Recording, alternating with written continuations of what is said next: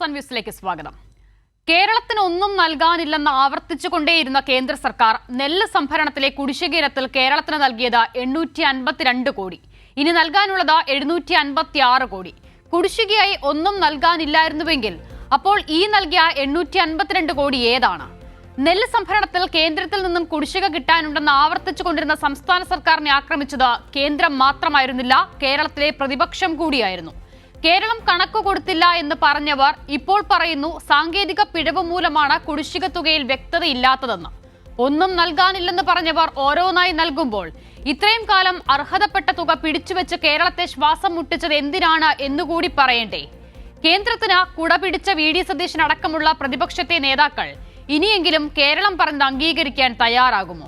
ഈ വിഷയം news and views ചർച്ച ചെയ്യുമ്പോൾ അതിഥികളായി അഡ്വക്കേറ്റ് കെ അനിൽകുമാർ CPIM-ൽ നിന്നും, പ്രൊഫസർ റോണി കെ ബേബി കോൺഗ്രസ് നേതാവ്, M ജയചന്ദ്രൻ മാധ്യമപ്രവർത്തകൻ എന്നിവരാണ്.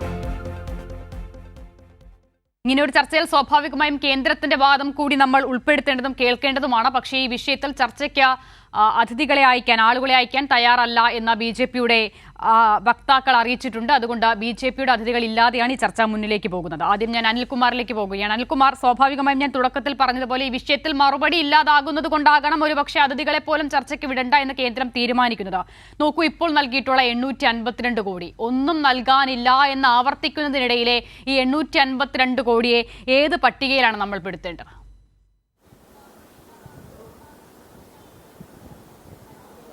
852 കോടി മാത്രമല്ല, ഇനിയിപ്പം നൽകാനുള്ളത് 756 കോടി രൂപ കൂടിയാണ്. സപ്ലൈകോയിൽ ഈ പറയുന്ന സംഖ്യ തരാൻ വേണ്ടി ബാക്കി വന്നപ്പോൾ കഴിഞ്ഞ 7.5 കൊല്ലമായി 13 ഇനം സാധനങ്ങൾക്ക് 7.5 കൊല്ലം മുമ്പ് സർക്കാർ തീരുമാനിച്ച ഒരു വിലയിൽ ഒരിക്കലും വിലവർദ്ധനവ് വരുത്താതെ ലക്ഷക്കണക്കിന് കുടുംബങ്ങൾക്ക് ആശ്വാസം നൽകുന്നൊരു പദ്ധതിയാണ് കേന്ദ്ര സർക്കാർ അട്ടിമറിച്ചത്. അതുകൊണ്ട് നെല്ല് സംഭരണത്തെ മാത്രമല്ല, ഇവിടുത്തെ ഏറ്റവും പ്രധാനപ്പെട്ട സപ്ലൈകോയുടെ പ്രവർത്തനങ്ങളെ പോലും കേന്ദ്ര സർക്കാർ താറുമാറാക്കി. അതിനുശേഷം എന്താ ഉണ്ടായത്? ഇത് ബോധപൂർവമാണ് ഈ തകരാറുണ്ടാക്കിയത്, അല്ലെങ്കിൽ ഈ കുഴപ്പം ഉണ്ടാക്കിയത് എന്നുള്ളതിന് പ്രധാനപ്പെട്ട തെളിവ് എന്താണ്? സപ്ലൈകോയിൽ സാധനങ്ങളില്ല, അത് പിണറായി സർക്കാരിൻ്റെ കുറ്റമാണ് എന്ന് UDF-ഉം BJP-യും ഒരേപോലെ പറഞ്ഞു നടന്നു. നമ്മുടെ നാട്ടിലെ വിവിധങ്ങളായ ചാനലുകളും മാധ്യമങ്ങളും സപ്ലൈകോയുടെ വാതിൽക്കൽ സ്ഥിരതാമസമായിരുന്നു. എന്നിട്ട് കാലിയായ സ്റ്റോറുകൾ, അവിടെ എവിടെയാണ് നിങ്ങളുടെ 13 ഇനം സാധനങ്ങൾ? സപ്ലൈകോയ്ക്കെതിരായിട്ട് വ്യാജ വാർത്തകൾ, പുതുപ്പള്ളി തെരഞ്ഞെടുപ്പിന് തൊട്ടു മുമ്പ് ആരംഭിച്ചിട്ടുള്ള ആ പ്രയോഗങ്ങളെല്ലാം ഇപ്പോഴും അവസാനിച്ചിട്ടില്ല. അപ്പോൾ സപ്ലൈകോയെ തകർക്കാൻ വേണ്ടി കേന്ദ്ര സർക്കാർ നടത്തുന്ന ഗൂഢാലോചനയുടെ ഭാഗമായിട്ടാണ് ഈ ആക്രമണം നടന്നത് എന്നത് ഒരു ഭാഗം. രണ്ടാമതാണ്, കേരളത്തിൻ്റെ നെല്ലു സംഭരണത്തെ തന്നെ തട്ടിമറിക്കുക മാത്രമല്ല, സപ്ലൈകോ വഴിയുള്ള അരി വിതരണത്തെ തട്ടിമറിക്കാൻ വേണ്ടി കേന്ദ്ര സർക്കാർ കൊണ്ടുവന്ന പുതിയ നയം. ആ നയത്തിൻ്റെ അടിസ്ഥാനത്തിൽ കേന്ദ്രത്തിൻ്റെ FCI അരി ലേലത്തിന് വിൽക്കാൻ ശ്രമിക്കുമ്പോൾ ആ ലേലത്തിൽ കേരളം പങ്കെടുക്കാൻ പാടില്ല, സപ്ലൈകോ പങ്കെടുക്കാൻ പാടില്ല. നമ്മൾ ആ ലേലത്തിൽ പങ്കെടുത്താൽ ഉയർന്ന വിലയല്ലേ കൊടുക്കൂ. കേന്ദ്ര ഏജൻസികൾ എത്രയ്ക്കാണ് ലേലത്തിൽ പിടിക്കുന്നത് അതിനേക്കാൾ വില കൂടുതൽ കൊടുത്ത് നമ്മൾ വാങ്ങാൻ തയ്യാറാണ്. കാരണം നമ്മൾ ഈ അരിയും കൊണ്ട് രാജസ്ഥാനിൽ പോയിട്ട് അല്ലെങ്കിൽ മറ്റൊരു സംസ്ഥാനത്ത് പോയിട്ട് ആന്ധ്രയിൽ പോയിട്ട് വാങ്ങിച്ചുകൊണ്ട് വരുമ്പോൾ വില കൂടും. അതുകൊണ്ട് ഇവിടുന്ന് തന്നെ അരി എടുത്താൽ മതി, സപ്ലൈകോയ്ക്ക് FCI അരി കിട്ടിയാൽ മതി. പക്ഷേ കേരളം അതിൽ പങ്കെടുക്കാൻ പാടില്ല. അപ്പോൾ സപ്ലൈകോയെ തറക്കാൻ വേണ്ടി KRIS കൊടുക്കാതിരിക്കാൻ വേണ്ടി രണ്ടാമത്തെ കാര്യം. മൂന്നാമത്തെ പ്രധാനപ്പെട്ട കാര്യം, സിവിൽ സ്കോറുമായി ബന്ധപ്പെട്ട് ഇവിടെ ഉണ്ടാക്കിയ വിവാദമാണ്. പ്രസാദ് എന്ന് പറയുന്നൊരു കൃഷിക്കാരൻ BJP-യുടെ ഏറ്റവും പ്രധാനപ്പെട്ട ഒരു കർഷക സംഘടനയുടെ ആലപ്പുഴയിലെ ജില്ലാ പ്രസിഡന്റാണ്. അദ്ദേഹം ഒരു കുറിപ്പ് എഴുതി വെച്ചിട്ട് ആത്മഹത്യ ചെയ്തു. അദ്ദേഹത്തെ കൊന്നത് കേന്ദ്ര സർക്കാരാണ്. കാരണം അദ്ദേഹത്തിന് വായ്പ കിട്ടാത്ത സിവിൽ സ്കോറാണ് എന്ന് വ്യാജമായ ഒരു ധാരണ അദ്ദേഹത്തിന് ഉണ്ടാക്കി കൊടുത്തത് BJP നേതാക്കന്മാരാണ്. യഥാർത്ഥത്തിൽ അദ്ദേഹത്തിന് സിവിൽ സ്കോറിന് ഒരു കുഴപ്പമുണ്ടായിരുന്നില്ല. ബാങ്കുകളുമായി ബന്ധപ്പെട്ട് അദ്ദേഹത്തിന് ഒരു സിവിൽ സ്കോറിനും കുറവ് വരുന്ന ഒരു തെറ്റായ കാര്യവും നടന്നിട്ടുമില്ല. പക്ഷെ പ്രചരണം അങ്ങനെ വന്നു. മാത്രമല്ല, അദ്ദേഹം കേരള സർക്കാരിനെതിരെ എഴുതി വെച്ചിട്ട് പോയപ്പോൾ അദ്ദേഹം ആത്മഹത്യ ചെയ്തെന്നുള്ള വസ്തുതയാണ്. പക്ഷേ ആ മരണകാരണം കേന്ദ്രമായിരുന്നു എന്നുള്ളത് ഇപ്പോൾ തെളിഞ്ഞിരിക്കുകയാണ്.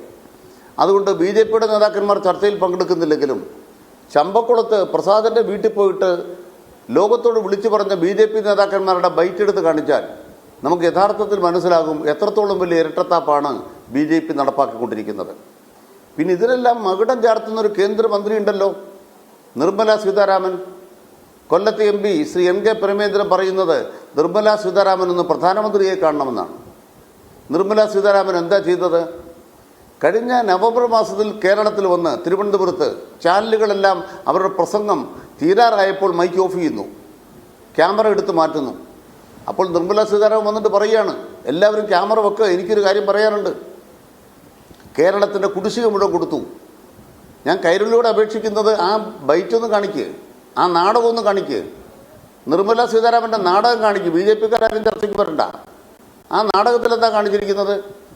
ആ നാടകത്തിൽ യഥാർത്ഥത്തിൽ ചെയ്തിരിക്കുന്നത് കേരളത്തിനുള്ള മുഴുവൻ പണവും കൊടുത്തു. അത് പച്ചക്കള്ളമാണ് കേട്ടോ. അതിന് കാരണം എന്താ?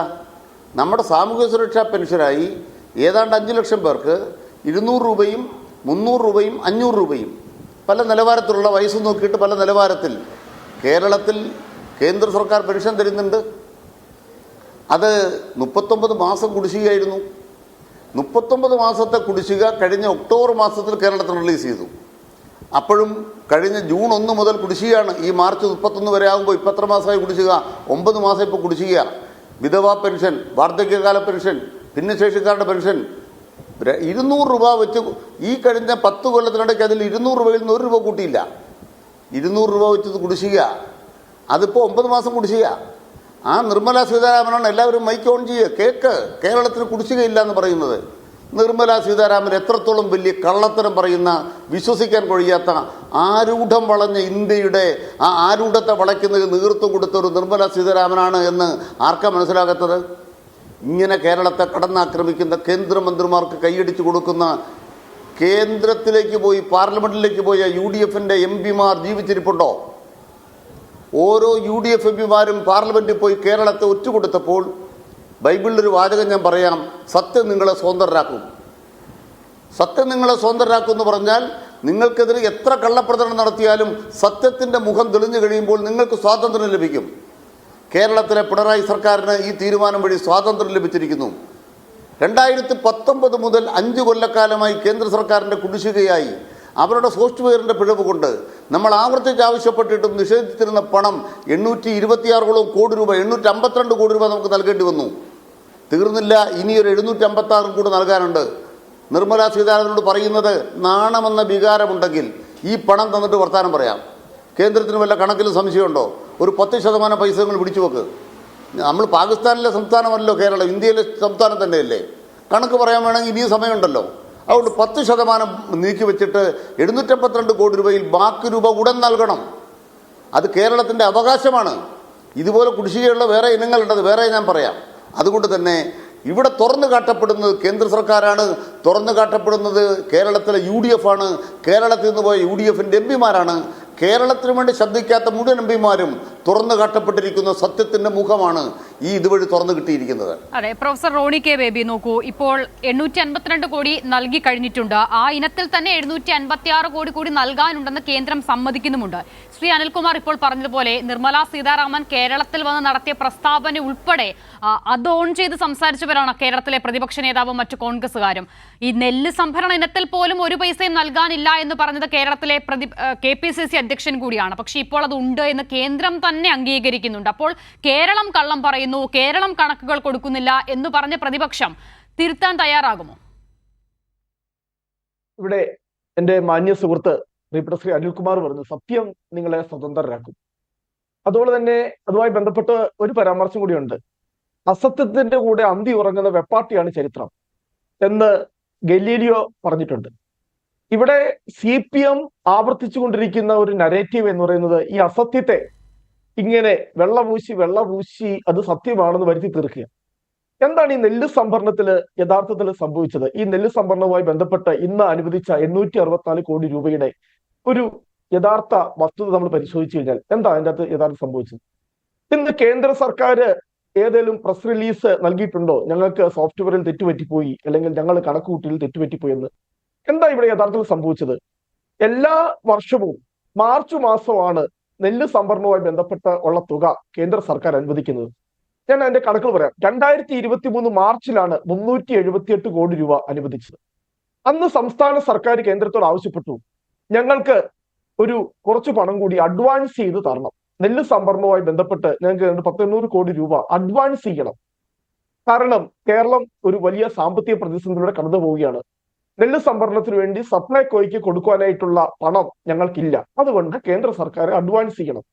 ശരിക്കും പറഞ്ഞാൽ കേന്ദ്ര സർക്കാരിന്റെ ഇതുമായി ബന്ധപ്പെട്ടുള്ള പ്രോട്ടോകോൾ, അതുമായി ബന്ധപ്പെട്ട നിയമം നമ്മൾ പരിശോധിച്ചു കഴിഞ്ഞാൽ അതിന്റെ നോഡൽ ഏജൻസി ആയിട്ടുള്ള ഏത് സംസ്ഥാനം, കാരണം താങ്ങുവിലയാണ് നമുക്ക് നൽകുന്നത്. കേരളത്തിൽ മാത്രമല്ല ഇന്ത്യയിൽ എമ്പാടും ഉണ്ട് താങ്ങുവില എന്ന് പറയുന്ന സംവിധാനം, സപ്പോർട്ട് പ്രൈസ്. അപ്പോൾ കേരളത്തിൽ ഈ നെല്ല് സംഭരണത്തിന് നോഡൽ ഏജൻസി എന്ന് പറയുന്നത് സപ്ലൈകോയാണ്. സപ്ലൈകോ കർഷകരിൽ നിന്നും നെല്ല് സംഭരിക്കുന്നു, അത് സംസ്കരിച്ച് അരിയാക്കി റേഷൻ കടകൾ വഴി അത് ഗുണഭോക്താക്കൾക്ക് നൽകുന്നു. എന്നിട്ട് അതുമായി ബന്ധപ്പെട്ടിട്ടുള്ള ക്ലെയിം, അതുമായി ബന്ധപ്പെട്ടുള്ള കണക്കുകൾ കൃത്യമായി തന്നെ കേന്ദ്ര സർക്കാരിൽ കൊടുത്തു കഴിയുമ്പോഴാണ് കേന്ദ്ര സർക്കാർ അതുമായി ബന്ധപ്പെട്ടുള്ള പണം, സാധാരണ നമുക്കറിയാം ഈ ഫെബ്രുവരി മാർച്ച് മാസങ്ങളിലാണ് എല്ലാം, അത് കേന്ദ്ര സർക്കാർ മാത്രമല്ല എല്ലാ വരവ് ചെലവ് കണക്കുകൾ റോണി കെ ബേബി നോക്കൂ, ഇപ്പോൾ താങ്കൾ പറയുന്ന പ്രൊസീജിയർ സംബന്ധിച്ചത് ശരിയായിരിക്കാം. പക്ഷെ ഇപ്പോൾ ഇവിടെ നൽകിയിരിക്കുന്ന 852 കോടിയിൽ 5 വർഷം മുൻപുള്ള തുക പോലും ഉണ്ട്. അപ്പോൾ ഇവിടെ ഇപ്പോൾ പ്രശ്നം ഒന്നും നൽകാനില്ല എന്ന് പറഞ്ഞ കേന്ദ്രവും അതിനെ ഓൺ ചെയ്ത പ്രതിപക്ഷവുമാണ്. സാങ്കേതികതയൊക്കെ താങ്കൾ പറയുന്നത് ശരിയാണ്. അപ്പോൾ ഒന്നും നൽകാനില്ല എന്ന് നിങ്ങളും ആവർത്തിച്ചില്ലേ? അപ്പോൾ ഈ നൽകിയ 852 കോടി കേരളത്തിന് വെറുതെ നൽകിയതാണോ? ആ വാദം അപ്പോൾ പൊള്ളയായിരുന്നു, അല്ലെങ്കിൽ കേന്ദ്രം പറഞ്ഞത് തെറ്റാണ് എന്ന് ചുരുങ്ങിയ പക്ഷം അംഗീകരിക്കണ്ടേ റോണി കെ ബേബി? അല്ല അക്ഷിത, ഇതിന്റെ പ്രശ്നം ഞാൻ പറഞ്ഞില്ലേ, അതിന്റെ പ്രശ്നം എന്ന് പറഞ്ഞാൽ കേരളം പറഞ്ഞു ഞങ്ങൾക്ക് അഡ്വാൻസ് ചെയ്യണം, മുൻകൂറായി തരണം. കേന്ദ്രത്തിന് നിയമപ്രകാരം അങ്ങനെ അഡ്വാൻസ് ചെയ്യുന്ന സംവിധാനമില്ല. അത് കൃത്യമായി തന്നെ അതിന്റെ വരവ് ചെലവ് കണക്കുകൾ, അതിന്റെ ക്ലെയിം സബ്മിറ്റ് ചെയ്ത് കഴിയുമ്പോൾ, ഇപ്പോൾ അക്ഷിത പറഞ്ഞു 5 വർഷം മുമ്പത്തെ തുക ഉണ്ട്. 2019, 20 2020, 2021 116 കോടിയുണ്ട്. അതും കൂടെ കൂട്ടിയാണ് ഈ പറഞ്ഞ 864. ഞാൻ മനസ്സിലാക്കുന്നത് കേരളം ആവശ്യപ്പെട്ട അഡ്വാൻസ് എന്ന് പറയുന്നത് 700 കോടിയാണ്. കഴിഞ്ഞ മാർച്ച് മാസം കേരളം ആവശ്യപ്പെട്ട അഡ്വാൻസ് 700 കോടി. ആ 700 കോടിയോട് കൂടി 2019, 20 2021 കുടിശ്ശിക കൂട്ടി, കുടിശ്ശിക 114 കോടി. അത് കൃത്യമായി കണക്കുകൾ നൽകാതിരുന്നുണ്ട്. അത് ഞങ്ങൾ കൂട്ടിയാണ് ഇപ്പോൾ 864 കോടി രൂപ വന്നിരിക്കുന്നത്. എനിക്ക് അക്ഷര ഒരു മിനിറ്റ് സമയം തന്നു. ഇവിടെ ഇപ്പോൾ കേരളം സുപ്രീം കോടതിയിൽ പോയി, അല്ലെ കേന്ദ്രം കേരളത്തെ സാമ്പത്തികമായി തകർക്കുന്നു. ആ ഹർജിയിൽ കേരളം ആവശ്യപ്പെട്ടത് ഞങ്ങൾക്ക് കടമെടുക്കാനുള്ള പരിധി 3.5% ഉയർത്തി തരണം. സുപ്രീം കോടതി അങ്ങനെ ഒരു വിധി ഇതുവരെ കേരളത്തിന് അനുകൂലമായി നൽകിയിട്ടില്ല. 3. ഞാൻ കൃത്യമായി പറയാം. കേരളത്തിന് അനുവദിച്ച തുക 13,608 കോടി രൂപ. ആ 13,608 കോടി എന്ന് പറഞ്ഞ ഈ ഫെബ്രുവരി മാർച്ച് മാസങ്ങളിൽ കേരളത്തിന് കിട്ടേണ്ടിയിരുന്നതാണ്. അത് ഏത് വകയിലാണ്? വൈദ്യുതി മേഖലയിലെ പരിഷ്കാരങ്ങൾ 4,866 കോടി. കിഫ്ബി എടുത്ത വായ്പ തിരിച്ചടച്ച വകയിൽ കിട്ടുവാനുള്ള 2,543. അതുപോലെ തന്നെ ട്രഷറി സേവിംഗ് ബാങ്കിലെ നിക്ഷേപവുമായി ബന്ധപ്പെട്ട് 3,322. അങ്ങനെ 13,608 കോടി രൂപ. ഇത് കേരളം നമുക്ക് ഈ ഫെബ്രുവരി മാർച്ച് മാസത്തിൽ തരേണ്ടിയിരുന്ന തുക എന്ത് ചെയ്തു? നമ്മളിവിടെ വലിയ ഒരു രാഷ്ട്രീയ നാടകം. അല്ല, അതിനിപ്പോൾ ആ തുക നൽകാൻ സുപ്രീം കോടതി വരെ പോകേണ്ടി വന്നില്ലേ റോണി കെ ബേബി? അങ്ങനെ വിവിധ ഇനത്തിൽ കേരളത്തിന് അർഹതപ്പെട്ട തുകയായിരുന്നല്ലോ ചോദിച്ചുകൊണ്ടിരുന്നത്. മന്ത്രിമാർ നേരിട്ട് പോയി കണ്ടു, കത്തയച്ചു. ഇപ്പോൾ ഈ നെല്ല് സംഭരണ തുകയിലടക്കം GRL ഒക്കെ നേരിട്ട് പോയി സംസാരിച്ചതും കണ്ടതുമാണ്. എന്നിട്ട് അതൊന്നും ആ ഘട്ടത്തിൽ നൽകിയില്ല. കോടതിയിലേക്ക് പോകുമ്പോഴാണ് ഈ തുക നൽകുന്നത് എന്നുള്ളതല്ലേ നമ്മൾ ആ തരത്തിലല്ലേ ഇതിനെ സമീപിക്കേണ്ടത്? അല്ല, അത് സുപ്രീം കോടതി ഈ പറയുന്ന തുക നമുക്ക് നൽകുവാനായിട്ട് എന്തെങ്കിലും വിധി പറഞ്ഞിട്ടുണ്ടോ? ഇല്ല. കാരണം ഇത് നമുക്ക് കിട്ടേണ്ട തുക. അല്ല, അത് കൊടുക്കണമെന്ന് പറഞ്ഞു. അത് ജഡ്ജ്മെന്റ് ആക്കരുത് എന്ന് കേന്ദ്രമാണ് അഭ്യർത്ഥിച്ചത്. അത് ജഡ്ജ്മെന്റിലേക്ക് പോകരുതെന്ന് കേന്ദ്രം അഭ്യർത്ഥിച്ചതിന്റെ മുറയ്ക്കാണ് അത് അങ്ങനെ ഒരു ജഡ്ജ്മെന്റിലേക്ക് പോകാതിരിക്കുകയും കോടതി നിർദ്ദേശിക്കുകയും ചെയ്തത്. ഞാൻ വരാം. അനിൽകുമാർ, ഇപ്പോൾ റോണി കെ ബേബി പറഞ്ഞതിൽ അതിലൊരു ഒരു പൊളിറ്റിക്കൽ ഭാഗം ഞാൻ ശ്രദ്ധിച്ചത് ഈ സാങ്കേതിക തകരാറെന്ന് കേന്ദ്രം പറഞ്ഞിട്ടുണ്ടോ എന്നുള്ളതാണ്. ഇന്നിപ്പോൾ പല BJP നേതാക്കളും അത് പറയുന്നത് കേട്ടു, ആ വാദം തെറ്റാണ് എന്ന്. അപ്പോൾ വീണ്ടും കേന്ദ്രത്തിന്റെ ഭാഗത്തു നിന്ന് കൂടി ആ ഭാഗത്തേക്ക് ചേർന്ന് നിന്നുള്ളൊരു നറേഷൻ ആണോ ഇപ്പോഴും പ്രതിപക്ഷം നടത്തുന്നത്? ഞങ്ങൾ ഒരിക്കലും BJP-യോട് നരേന്ദ്രമോദിയുടെ തകരാറാണ്. സാങ്കേതിക തകരാറല്ല, പിന്നെ ആരുടെ തകരാറാണ്? നരേന്ദ്രമോദിയുടെ തകരാറാണ്. കേരളത്തിന് ഞങ്ങൾ പണം കൊടുക്കത്തില്ല. എന്തായാലും കേന്ദ്രത്തിൻ്റെ കണക്കുണ്ടല്ലോ, ആ കണക്ക് കേരളത്തിൻ്റെ കണക്ക് തെറ്റിപ്പോയി എന്ന് ഇതുവരെ ആരും പറഞ്ഞിട്ടില്ല. കേരളം കൊടുത്ത കണക്ക് അത് കേന്ദ്രം പരിശോധിച്ചു. ആ പരിശോധിച്ചിട്ട് തരാൻ 2019 പൈസ തരാൻ വേണ്ടി ഇത്രയും കാലം വേണ്ടി വന്നോ? അപ്പോൾ തകരാറ് കേന്ദ്രത്തിനല്ല, കേന്ദ്രത്തിലെ പ്രധാനമന്ത്രിക്കാണ്. ആ തകരാറുള്ള പ്രധാനമന്ത്രിയുടെ കൂടെ പോയി എന്ന് വർത്താനം പറയുകയാണ്. എന്താ ഇവിടുത്തെ പ്രധാനപ്പെട്ട തർക്കം? ബഹുമാനപ്പെട്ട റോണി പറഞ്ഞപ്പോൾ ഞാൻ അത്ഭുതത്തോടെ നോക്കി. എന്താ കാരണം എന്നറിയോ? പെട്ടെന്നൊരു കാര്യം ഉണ്ടായി. സപ്ലൈകോയ്ക്ക് അഡ്വാൻസ് തരണമെന്ന് കേന്ദ്രത്തോട് കേരളം ആവശ്യപ്പെട്ടു. അത് ഏതാണ്ട് വലിയ കുഴപ്പമായിപ്പോയി. അതാണ് അദ്ദേഹത്തിൻ്റെ വാദം. നമുക്ക് സപ്ലൈകോ അഡ്വാൻസ് തരണ്ട, ഒറ്റ കാര്യം ചെയ്താൽ മതി. കേരളത്തിന് സപ്ലൈകോയ്ക്ക് വേണ്ടി ഈ പൈസ കടം വാങ്ങാൻ അധികാരമുണ്ടോ? നിങ്ങൾ ഏതെങ്കിലും ബാങ്കുമായിട്ട് കരാറുണ്ടാക്കിയാൽ സപ്ലൈകോയ്ക്ക് 3000 കോടി രൂപ ബാങ്ക് തരും. അപ്പോൾ കേന്ദ്ര സർക്കാർ പറയുന്നത് എന്താണ്? നിങ്ങളുടെ വികസന പ്രവർത്തനത്തിന് വേണ്ടി റോഡുണ്ടാക്കാൻ, പാലമുണ്ടാക്കാനും വേണ്ടി മുടക്കേണ്ട പണമുണ്ടല്ലോ, ബഡ്ജറ്റ് നീക്കി വെക്കുന്ന പണം, ആ വായ്പ എടുക്കേണ്ട പരിധിയിൽ സപ്ലൈകോയുടെ 3000 കോടി രൂപ വരും. അതിനർത്ഥം ഒരു വർഷം 3000 കോടി രൂപ കുറച്ചേ കേരളത്തിന് ചെലവാക്കാൻ കഴിയൂ. ഇങ്ങനെ കേന്ദ്ര പദ്ധതികളുടെ ഭാഗമായി നമുക്കൊരു കൊല്ലം 10000 കോടി രൂപയുടെ ഒരു അധികമായ എക്സ്പെൻഡിച്ചർ ഉണ്ടാകണം ബഡ്ജറ്റിൽ നിന്ന്. അത് ബഡ്ജറ്റിൽ ഇതിന് പണമില്ല. അപ്പോൾ നമ്മൾ എന്ത് ചെയ്യും? നമ്മുടെ ഇവിടുത്തെ പെൻഷൻ ഫണ്ട് ബോർഡിൽ നിന്ന് വായ്പ എടുക്കും, അതിന് സർക്കാർ ഗ്യാരണ്ടി നിൽക്കും. സപ്ലൈകോയ്ക്ക് സർക്കാർ ഗ്യാരണ്ടി നിൽക്കും. ബാങ്കുകൾ സപ്ലൈകോയ്ക്ക് പലിശയ്ക്ക് പണം കൊടുക്കും, പലിശ സർക്കാരും കണ്ടെത്തും. ഇവിടെ എന്താ ചെയ്തുകൊണ്ടിരുന്നത്? നെല്ല് സംഭരണം നടത്തുമ്പോൾ പലിശ എത്രയാണോ പലിശ കൃഷിക്കാർക്ക് പൈസ അഡ്വാൻസ് കൊടുത്തിട്ട് 6-7 മാസത്തെ പലിശ സർക്കാരൊക്കെ പിന്നെ കൊടുക്കും. ഇങ്ങനല്ലേ സംവിധാനം? കേന്ദ്ര സർക്കാർ പെടലിക്ക് പിടിച്ചു. എന്താണ് പെടലിക്ക് പിടിച്ചത്?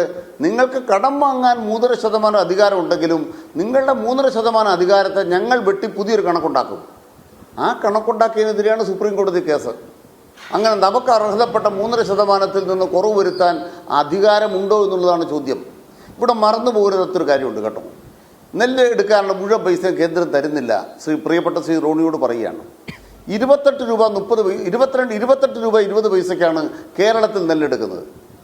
ഇത്രയും ഉയർന്ന വില കേരളത്തിലല്ലാതെ ഇന്ത്യയിൽ വേറൊരിടത്തില്ല. അതിന് കാരണം എന്താണ്? കേന്ദ്രം തരുന്ന തുകയുണ്ട്, ആ 22-30 ഉള്ളൂ. അതിൻ്റെ ബാക്കി രൂപ വരുന്ന എത്രയാണത് കേരള സർക്കാർ മുടക്കുകയാണ് ഓരോ കൊല്ലവും.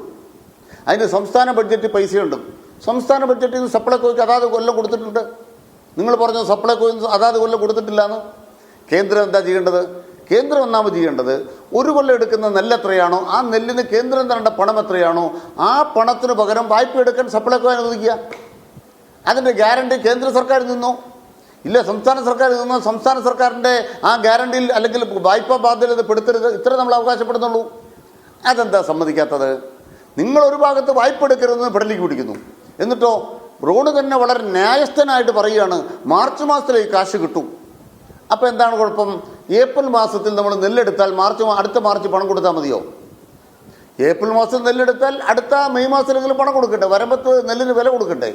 റോഡ് പറയുന്നത് കേന്ദ്രം തരുന്നത് മാർച്ചിലാണ്. അപ്പം ഏപ്രിൽ മാസത്തിലും മെയ് മാസത്തിലും ജൂൺ മാസത്തിലും ഒക്കെ നെല്ലെടുത്ത് പോകുന്നതിന് അടുത്ത കൊല്ലം പണം കൊടുത്താൽ മതി എന്നാണ് കോൺഗ്രസ് വാദിക്കുന്നത്. അവിടെയാണ് കേരള സർക്കാർ സംവിധാനം ഉണ്ടാക്കുന്നത്. നിങ്ങൾ തൽക്കാലം ബാങ്കിൽ ഞങ്ങൾ ഈട് നിന്നേക്കാം, ബാങ്കുകാർ പണം തരും. അയ്യോ, അപ്പോൾ സിബിൽ സ്കോർ പോയി എന്ന് പറഞ്ഞ് കോൺഗ്രസ് ഇറങ്ങിയിരിക്കുകയാണ്. ഏത് സിബിൽ സ്കോറാണ് പോയത്? ഒരു ബാങ്കിലും സപ്ലൈകോയ്ക്ക് സർക്കാർ ഗ്യാരണ്ടി നിന്നിട്ട് പൈസ കൊടുക്കാൻ ബാക്കിയില്ല. അതുകൊണ്ട് പറയാൻ ആഗ്രഹിക്കുന്നൊരു കാര്യമുള്ളൂ, കേന്ദ്ര സർക്കാർ എന്തെല്ലാം കാര്യത്തിലാണ് മുടക്കിയത്. നമ്മുടെ ലൈഫ് മിഷന് നരേന്ദ്രമോദിയുടെ ബോർഡ് വെക്കണം എന്ന് പറഞ്ഞിട്ട് തരേണ്ട പൈസയിൽ 141 കോടി മുടക്കിയിട്ടുണ്ട്. അപ്പോൾ കുഴപ്പം യന്ത്രത്തിനല്ല, കുഴപ്പം മോദിയുടെയാണ്. പിന്നെ നമ്മുടെ ഈ ആരോഗ്യ മേഖലയിൽ സൗജന്യ ചികിത്സയ്ക്ക് വേണ്ടി എല്ലാ പ്രൈമറി ഹെൽത്ത് സെൻ്ററുകളിലും നരേന്ദ്രമോദിയുടെ ബോർഡ് വെക്കണം, NRHMൻ്റെ ബോർഡ് വെക്കണം, NHMൻ്റെ ബോർഡും പദ്ധതിയുടെ പേരും പടമൊക്കെ വെക്കണം എന്ന് പറഞ്ഞാൽ അതിന് കുറേ പൈസ മുടക്കിയിട്ടുണ്ട്. എത്രയാണ് മുടക്കിയത്? UGCക്ക് 750 കോടി. എന്തെല്ലാം കാര്യം പറഞ്ഞാൽ മുടക്കിയിരിക്കുന്നത്. ഈ മുടക്കിയ പണം തന്നെ നല്ല തുക വരും, അതിൻ്റെ കണക്ക് കേരളം വ്യക്തമാക്കിയിട്ടുണ്ട്. അതുകൊണ്ട് കേന്ദ്രത്തോട് പറയാൻ ആഗ്രഹിക്കുന്നത്, കേരളം സാമന്ത രാജ്യമല്ല. ഞങ്ങളിപ്പോൾ പറയുന്നൊരു കാര്യം എന്താണ്? ഇപ്പം തരാനുള്ള 756 കോടി രൂപയിൽ നിന്നും ഒരു 10% പിടിച്ചു വെച്ചിട്ട് ബാക്കി രൂപ ഉടനെ തരുമോ? എപ്പോൾ തരും? അത് റോണിയും ചോദിക്കുമോ എന്നുള്ള എൻ്റെ ചോദ്യം. റോണിയുടെ കൂടെ നിൽക്കുന്ന ഏതെങ്കിലും ഒരു MP, കൊല്ലത്തെ MP പ്രേമേന്ദ്രന് നന്നായിട്ട് ഭരണഘടനയെക്കുറിച്ച് ക്ലാസ് എടുക്കാനറിയാം, മോദിയോട് സംസാരിക്കാൻ ശേഷിയുമുണ്ട്. ഒന്ന് വിളിച്ചിട്ട് ആ അത്താഴത്തിന് കൊടുത്തൊരു ഓർമ്മയുണ്ടല്ലോ, അവസാനത്തെ അത്താഴം കഴിഞ്ഞാണ് ഒറ്റുകൊടുക്കൽ. അവസാനത്തെ അത്താഴത്തിലേക്ക് പോവാണ്, ഇനിയാണ് ഒറ്റുകൊടുക്കൽ. ആ ഒറ്റുകൊടുക്കുമ്പോൾ ഇന്ത്യൻ മതനിരപേക്ഷതയെ ഒറ്റുകൊടുത്തവർക്ക് മാപ്പ് നൽകാൻ പോകുന്നില്ല നമ്മുടെ നാട്. അതാണ് വരാൻ പോകുന്നത്. M. ജയചന്ദ്രൻ, ഇന്നിപ്പോൾ ഈ വിഷയത്തിൽ ചില മാധ്യമങ്ങളിൽ വന്ന പത്രവാർത്തകളിൽ ഈ സാങ്കേതിക തകരാറുമായി ബന്ധപ്പെട്ട വിഷയം കൊണ്ടാണ് തുക കണക്കാക്കുന്നതിൽ കേന്ദ്രത്തിന് പിശക് പറ്റിയത് എന്ന കേന്ദ്രം മുൻപ് നടത്തിയ ചർച്ചയിൽ കേരളത്തോട് സമ്മതിച്ചിരുന്നു എന്നൊരു വാചകമുണ്ട്. അപ്പോൾ ഈ മാധ്യമങ്ങൾക്കടക്കം അക്കാര്യം അറിയാം, പക്ഷേ ഇത്രയും നാളും ഇവിടെ ഉണ്ടായിരുന്ന വാദം ഇതൊന്നും ആയിരുന്നില്ല. ഇങ്ങനെ തുക നൽകുമ്പോൾ പോലും നോക്കൂ, മുഖ്യധാരാ മാധ്യമങ്ങൾ ഈ വിഷയം എത്ര കണ്ട് ചർച്ച ചെയ്യുന്നുണ്ട്. അപ്പോൾ എന്തുകൊണ്ടാണ് അങ്ങനെ ഉണ്ടാകുന്നത്? ജയചന്ദ്രൻ,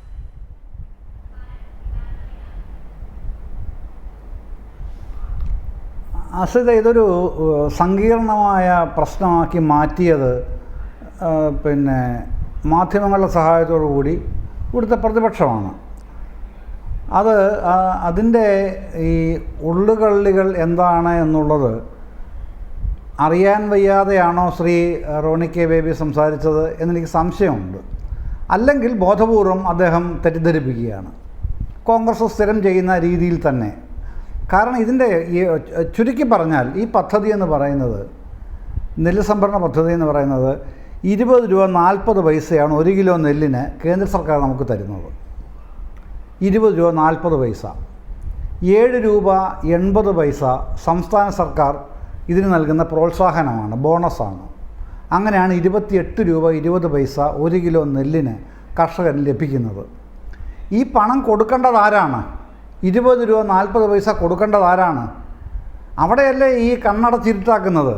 ഇത് കൊടുക്കേണ്ടത് കേന്ദ്ര സർക്കാരാണെന്നേ. ഇത് കൊടുക്കേണ്ടത് സംസ്ഥാന സർക്കാരല്ല, കേന്ദ്ര സർക്കാരാണ്. നിലവിലുള്ള നയപ്രകാരം, നിയമപ്രകാരം, ചട്ടപ്രകാരവും കൊടുക്കേണ്ടത് കേന്ദ്ര സർക്കാരാണ് ഈ നെല്ല് സംഭരണത്തിന് പണം കൊടുക്കേണ്ടത്. പക്ഷെ കൊടുക്കുന്നില്ല. അങ്ങനെ വന്നപ്പോൾ സംസ്ഥാന സർക്കാർ ഒരു വഴി ആലോചിക്കുകയും കണ്ടുപിടിക്കുകയും നടപ്പാക്കുകയും ചെയ്തതാണ് PRS വായ്പാ സംവിധാനം. ഈ PRS വായ്പാ സംവിധാനത്തിൽ ബാങ്കുകളാണ് പണം കൊടുക്കുന്നത്. ഇത് നെല്ല് കുത്തി അരിയാക്കി, സപ്ലൈകോ ആണല്ലോ നോഡൽ ഏജൻസി, നെല്ല് കുത്തി മില്ലുകളെ ഏൽപ്പിക്കുന്നു. അവർ കുത്തി അരിയാക്കി തന്ന് അതിൻ്റെ കണക്കുമൊക്കെ ഏൽപ്പിക്കുമ്പോഴേക്ക് 6-8 മാസം വരെ ആകും. അത് കഴിഞ്ഞിട്ടാണ് കേന്ദ്ര സർക്കാർ സാധാരണഗതിയിൽ പണം തരുന്നത്. അങ്ങനെ തന്നുകൊണ്ടാണ്ടിരുന്നത്, കുഴപ്പമില്ലാതെ പോകുമായിരുന്നു. പക്ഷേ ഈ കഴിഞ്ഞ 5 വർഷങ്ങളായി സ്ഥിതി മൊത്തം മാറ്റുകയാണ്. അങ്ങനെ പണം തരുന്നില്ല. അപ്പോൾ സംഭവിക്കുന്നത്, ഈ ബാങ്കുകൾ ഈ തരുന്ന പണം അങ്ങ് നിർത്തി, സംസ്ഥാന സർക്കാരിൻ്റെ ഗ്യാരണ്ടി ഉണ്ടെങ്കിൽ പോലും. അപ്പോൾ ഒരു കാര്യമുണ്ട്, അതുകൂടെ പറഞ്ഞ് പോകാതിരിക്കാൻ കഴിയില്ല. ഈ ബാങ്കുകളെന്ന് പറയുന്നത്, ഇപ്പോൾ നെല്ല് സംഭരിക്കുന്ന ഏറ്റിരിക്കുന്ന ബാങ്കുകൾ SBI ഉണ്ട്, പിന്നെ ഫെഡറൽ ബാങ്ക് ഉണ്ട്, SBI, federal bank, Punjab national bank. അപ്പോൾ ഈ ബാങ്കുകളെ തീരുമാനിക്കുന്ന ആരാണ്? സംസ്ഥാന സർക്കാരൊന്നുമല്ല തീരുമാനിക്കുന്നത്. ഇത് സ്റ്റേറ്റ് ലെവൽ ബാങ്കിങ് കമ്മിറ്റി എന്ന് പറഞ്ഞ ബാങ്കുകളുടെ ഒരു സമിതിയുണ്ട്, SLBC. ഈ SLBC സംസ്ഥാന സർക്കാരിൻ്റെ ചൊൽപ്പടിക്ക് നിൽക്കുന്നോ, എഴുതിക്ക് നിൽക്കുന്നോ, നിയന്ത്രണത്തിലുള്ളതോ അല്ല. അത് ബാങ്കുകളുടെ ഇൻഡിപെൻഡൻറ്റ് ഒരു ബോഡിയാണ്, അപെക്സ് ബോഡി എന്ന് വേണമെങ്കിൽ പറയാം. ഓരോ സംസ്ഥാനത്തും അതുണ്ട്. അപ്പോൾ അവർ നിശ്ചയിച്ച് ഇന്ന ബാങ്കുകളെ ഞങ്ങൾ ചുമതലപ്പെടുത്തിയിരിക്കുകയാണ് കേട്ടോ എന്ന് സർക്കാരിനെ അറിയിക്കും. ആ ബാങ്കുകൾക്ക് കൊടുക്കാൻ കഴിയൂ, കർഷകർക്ക് അങ്ങോട്ട് കൊടുക്കാനാണ് സർക്കാർ പറയുക. ഏത് കൃഷി വകുപ്പ് വഴി പറയുന്നത്, കൃഷി ഓഫീസർ വഴി, അത് കഴിഞ്ഞ് പിന്നെ നമ്മുടെ പാടി മാർക്കറ്റിംഗ് ഓഫീസർ വഴി പറയുന്നത്. അങ്ങനെയാണ് PRS വരുന്നത്, പാടി മാർക്കറ്റിംഗ് ഓഫീസർ വഴിയാണ് വരുന്നത്. എന്നിട്ട് ഈ പണം കൃത്യസമയത്ത് കൊടുക്കാതാവുമ്പോഴാണ് ഇത് കുടിശ്ശികയാവുന്നത്. ബാങ്കുകൾ ഒരു ടൈം വരെ കൊടുക്കും, 6 മാസം കൊടുക്കും. അത് കഴിഞ്ഞിട്ട് സംസ്ഥാന സർക്കാരാണല്ലോ ഗ്യാരണ്ടി നിൽക്കുന്നത്, പണം അടയ്ക്കുന്ന സംസ്ഥാന സർക്കാരുമാണ്. പക്ഷേ കേന്ദ്രം പണം തരാതെ സംസ്ഥാന സർക്കാർ എവിടെ നിന്ന് കൊടുക്കും ഇത്? അങ്ങനെ വരുമ്പോഴേക്ക് പെൻഡിങ് ആവുന്നു.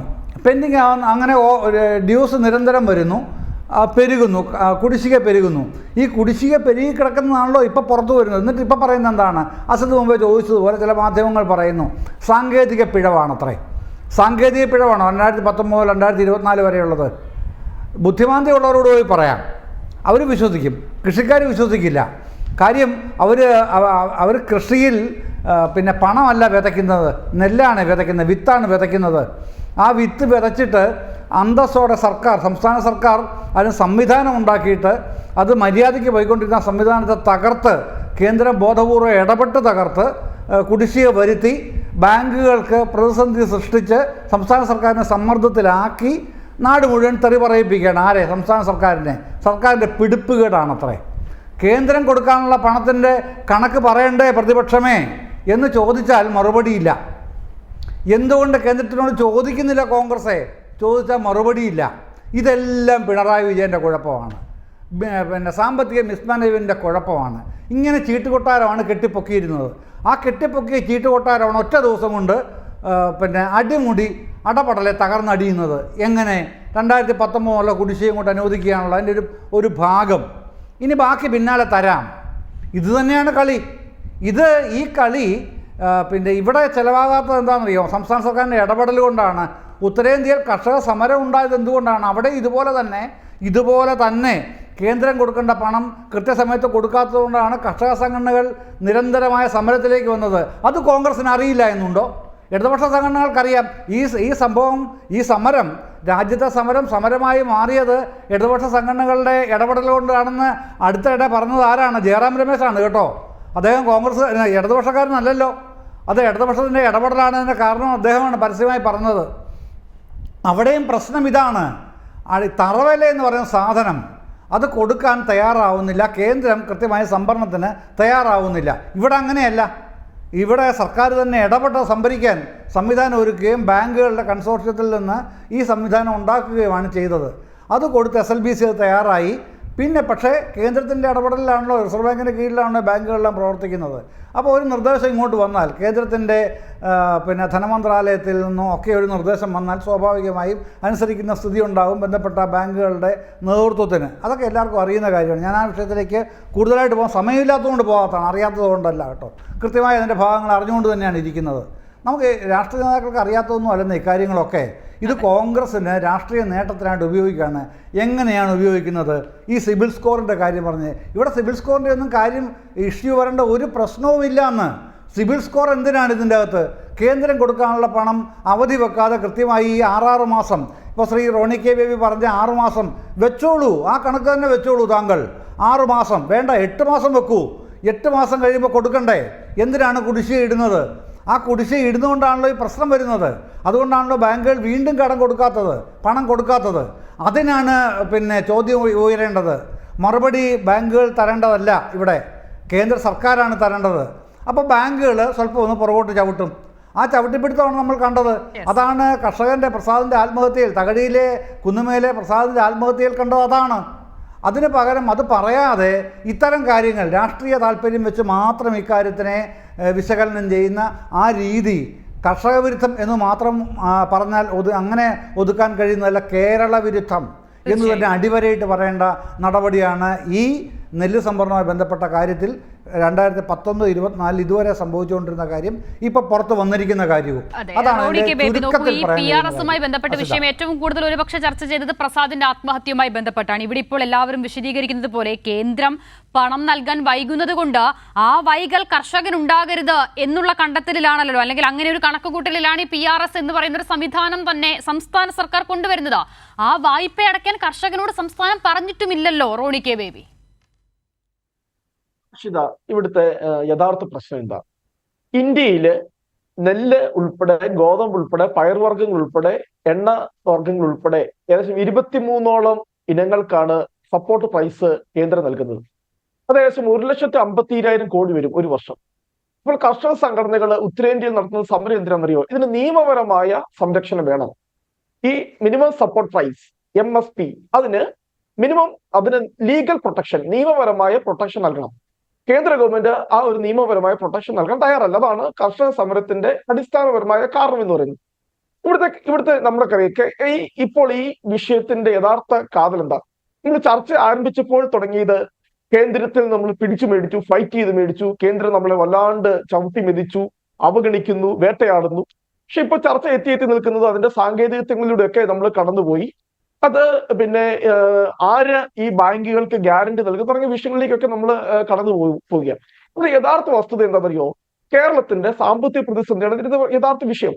കേരളത്തിന് പുറത്തുള്ള മറ്റു സംസ്ഥാനങ്ങളിലൊക്കെ അവിടെയുള്ള ഭക്ഷ്യ ഉൽപ്പന്നങ്ങൾക്കൊക്കെ ഇതുപോലെയുള്ള മിനിമം ഈ പറയുന്ന പോലെയുള്ള സപ്പോർട്ട് പ്രൈസ് ഉണ്ട്. അതാത് സംസ്ഥാനങ്ങൾ അഡ്വാൻസ് ചെയ്തുകൊണ്ട് കർഷകർക്ക് കൊടുക്കും. കേന്ദ്രത്തിൽ നിന്നും അവർ ആ വിഹിതം കിട്ടും, അത് മെയിൻറ്റെയിൻ ചെയ്തു പോകും. ഇതാണ് കേരളത്തിന് പുറത്തുള്ള മറ്റു സംസ്ഥാനങ്ങളിലൊക്കെ നടക്കുന്നത്. പക്ഷെ നമ്മുടെ കേരളത്തിലെ ഗുരുതരമായ സാമ്പത്തിക പ്രതിസന്ധി മൂലം നമുക്ക് ഈ കർഷകർക്ക് അല്ലെങ്കിൽ ഈ സപ്ലൈകോയ്ക്ക് നമുക്ക് ഈ പണം അഡ്വാൻസ് ചെയ്ത് കൊടുക്കാൻ കഴിയുന്നില്ല.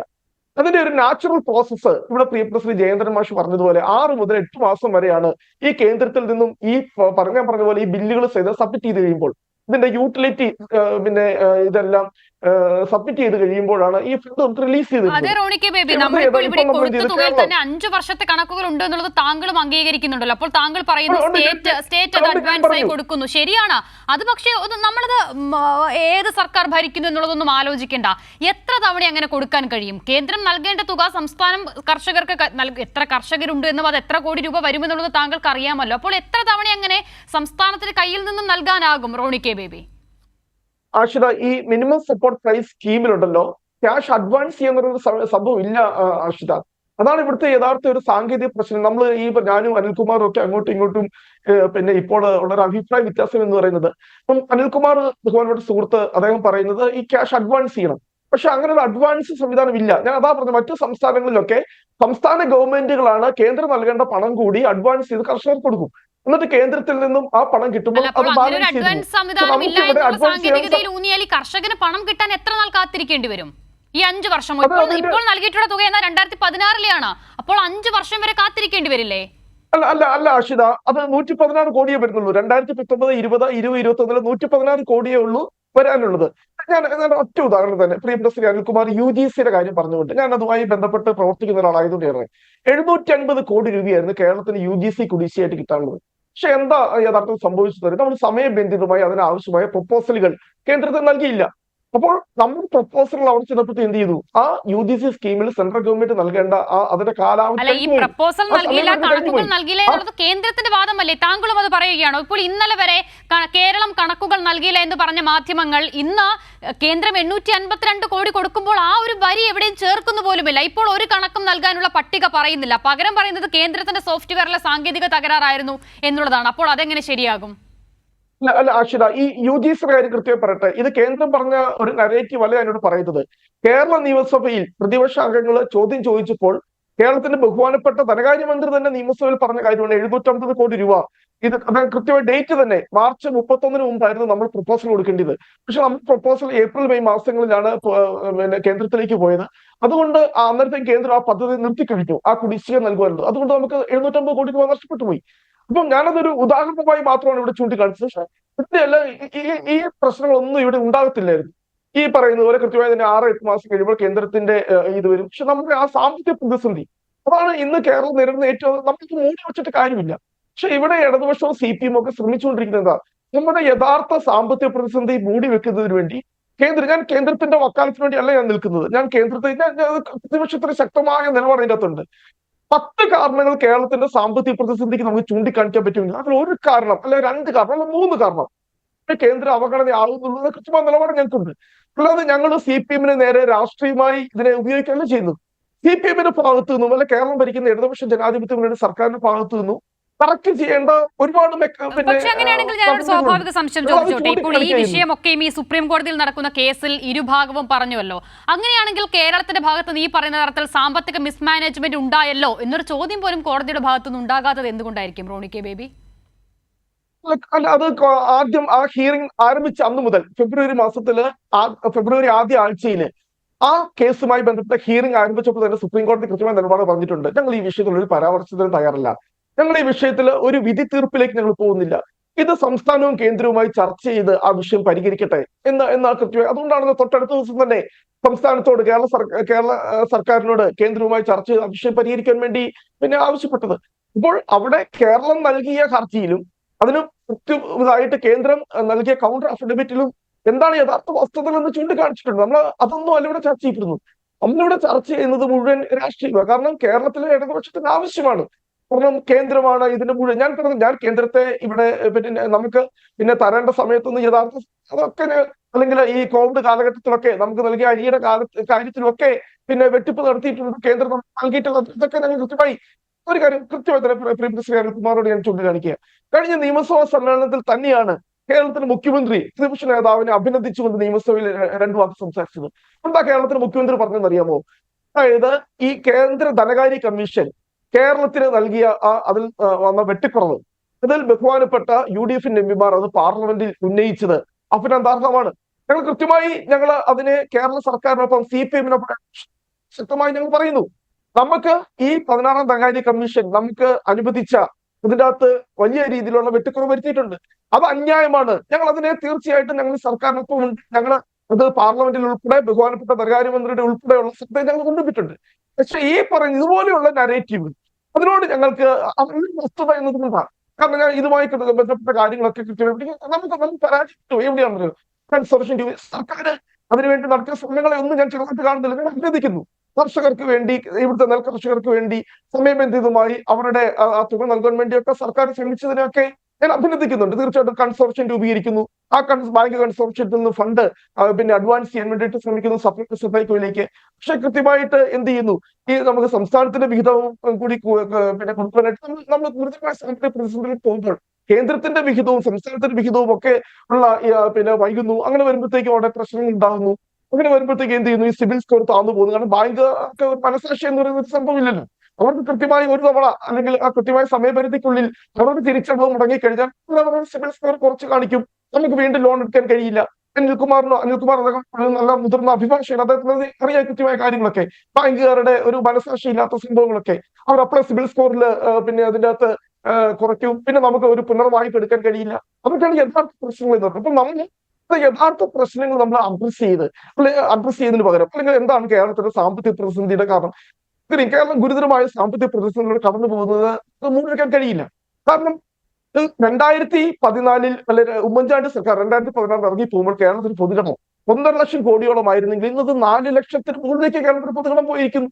നമ്മുടെ കടമെടുപ്പ് പരിധിക്ക് അപ്പുറത്തേക്ക് അതിഭീകരമായ നിരക്കിൽ നമ്മുടെ കടമെടുപ്പിന്റെ സാഹചര്യങ്ങൾ പോകുന്നു. അതിനൊക്കെ ഉത്തരവാദികളായ കിഫ്ബി ഉൾപ്പെടെ കാര്യങ്ങൾ നമ്മൾ ഒരുപാട് എന്തൊക്കെ ചർച്ച ചെയ്തിട്ടുണ്ട് അല്ലെ. കിഫ്ബിയിൽ നമുക്കറിയാം 9% മുകളിലാണ് നമ്മൾ പോയി പിന്നെ വിദേശ മാർക്കറ്റിൽ നിന്ന് നമ്മൾ പിന്നെ വായ്പ എടുത്തുകൊണ്ട് വരുന്നു. അതൊക്കെ നമ്മുടെ സമ്പദ് വ്യവസ്ഥയിൽ നമ്മുടെ ബജറ്റിന്റെ അതിനെയൊക്കെ വളരെ ഗുരുതരമായ രീതിയിൽ ബാധിച്ചിട്ടുണ്ട്. അത് ഓഫ് ബജറ്റ് ബോറോയിങ് സംവിധാനമായിരുന്നല്ലോ, അതിനെ ബജറ്റിലേക്ക് കൊണ്ടുവന്നത് ആരാണ്? അപ്പോൾ അങ്ങനെയാണെങ്കിൽ അതിന് അതുകൂടി സംസാരിക്കാൻ നിങ്ങൾ തയ്യാറാകണ്ടേ?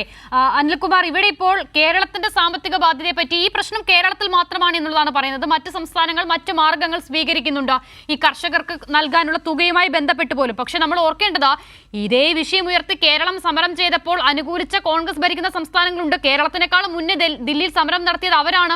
അപ്പോൾ അതെങ്ങനെയാണ് കേരളത്തിലെ വിഷയം ഒന്നും മറ്റുള്ള സംസ്ഥാനങ്ങളിലേത് മറ്റൊന്നുമാകുന്നത്?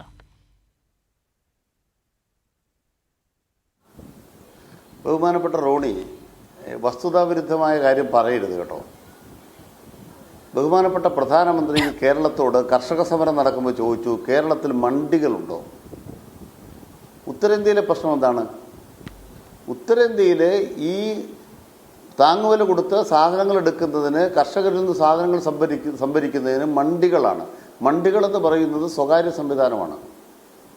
അതിൻ്റെ സ്ഥാനത്ത് ഇന്ത്യ രാജ്യത്തെ കോർപ്പറേറ്റ് മുതലാളിമാരെ അത് ഏൽപ്പിക്കുന്നതിനെതിരായിട്ടാണ്, കർഷക നിയമങ്ങൾക്കെതിരായിട്ടാണ് കർഷകരുടെ സമരം.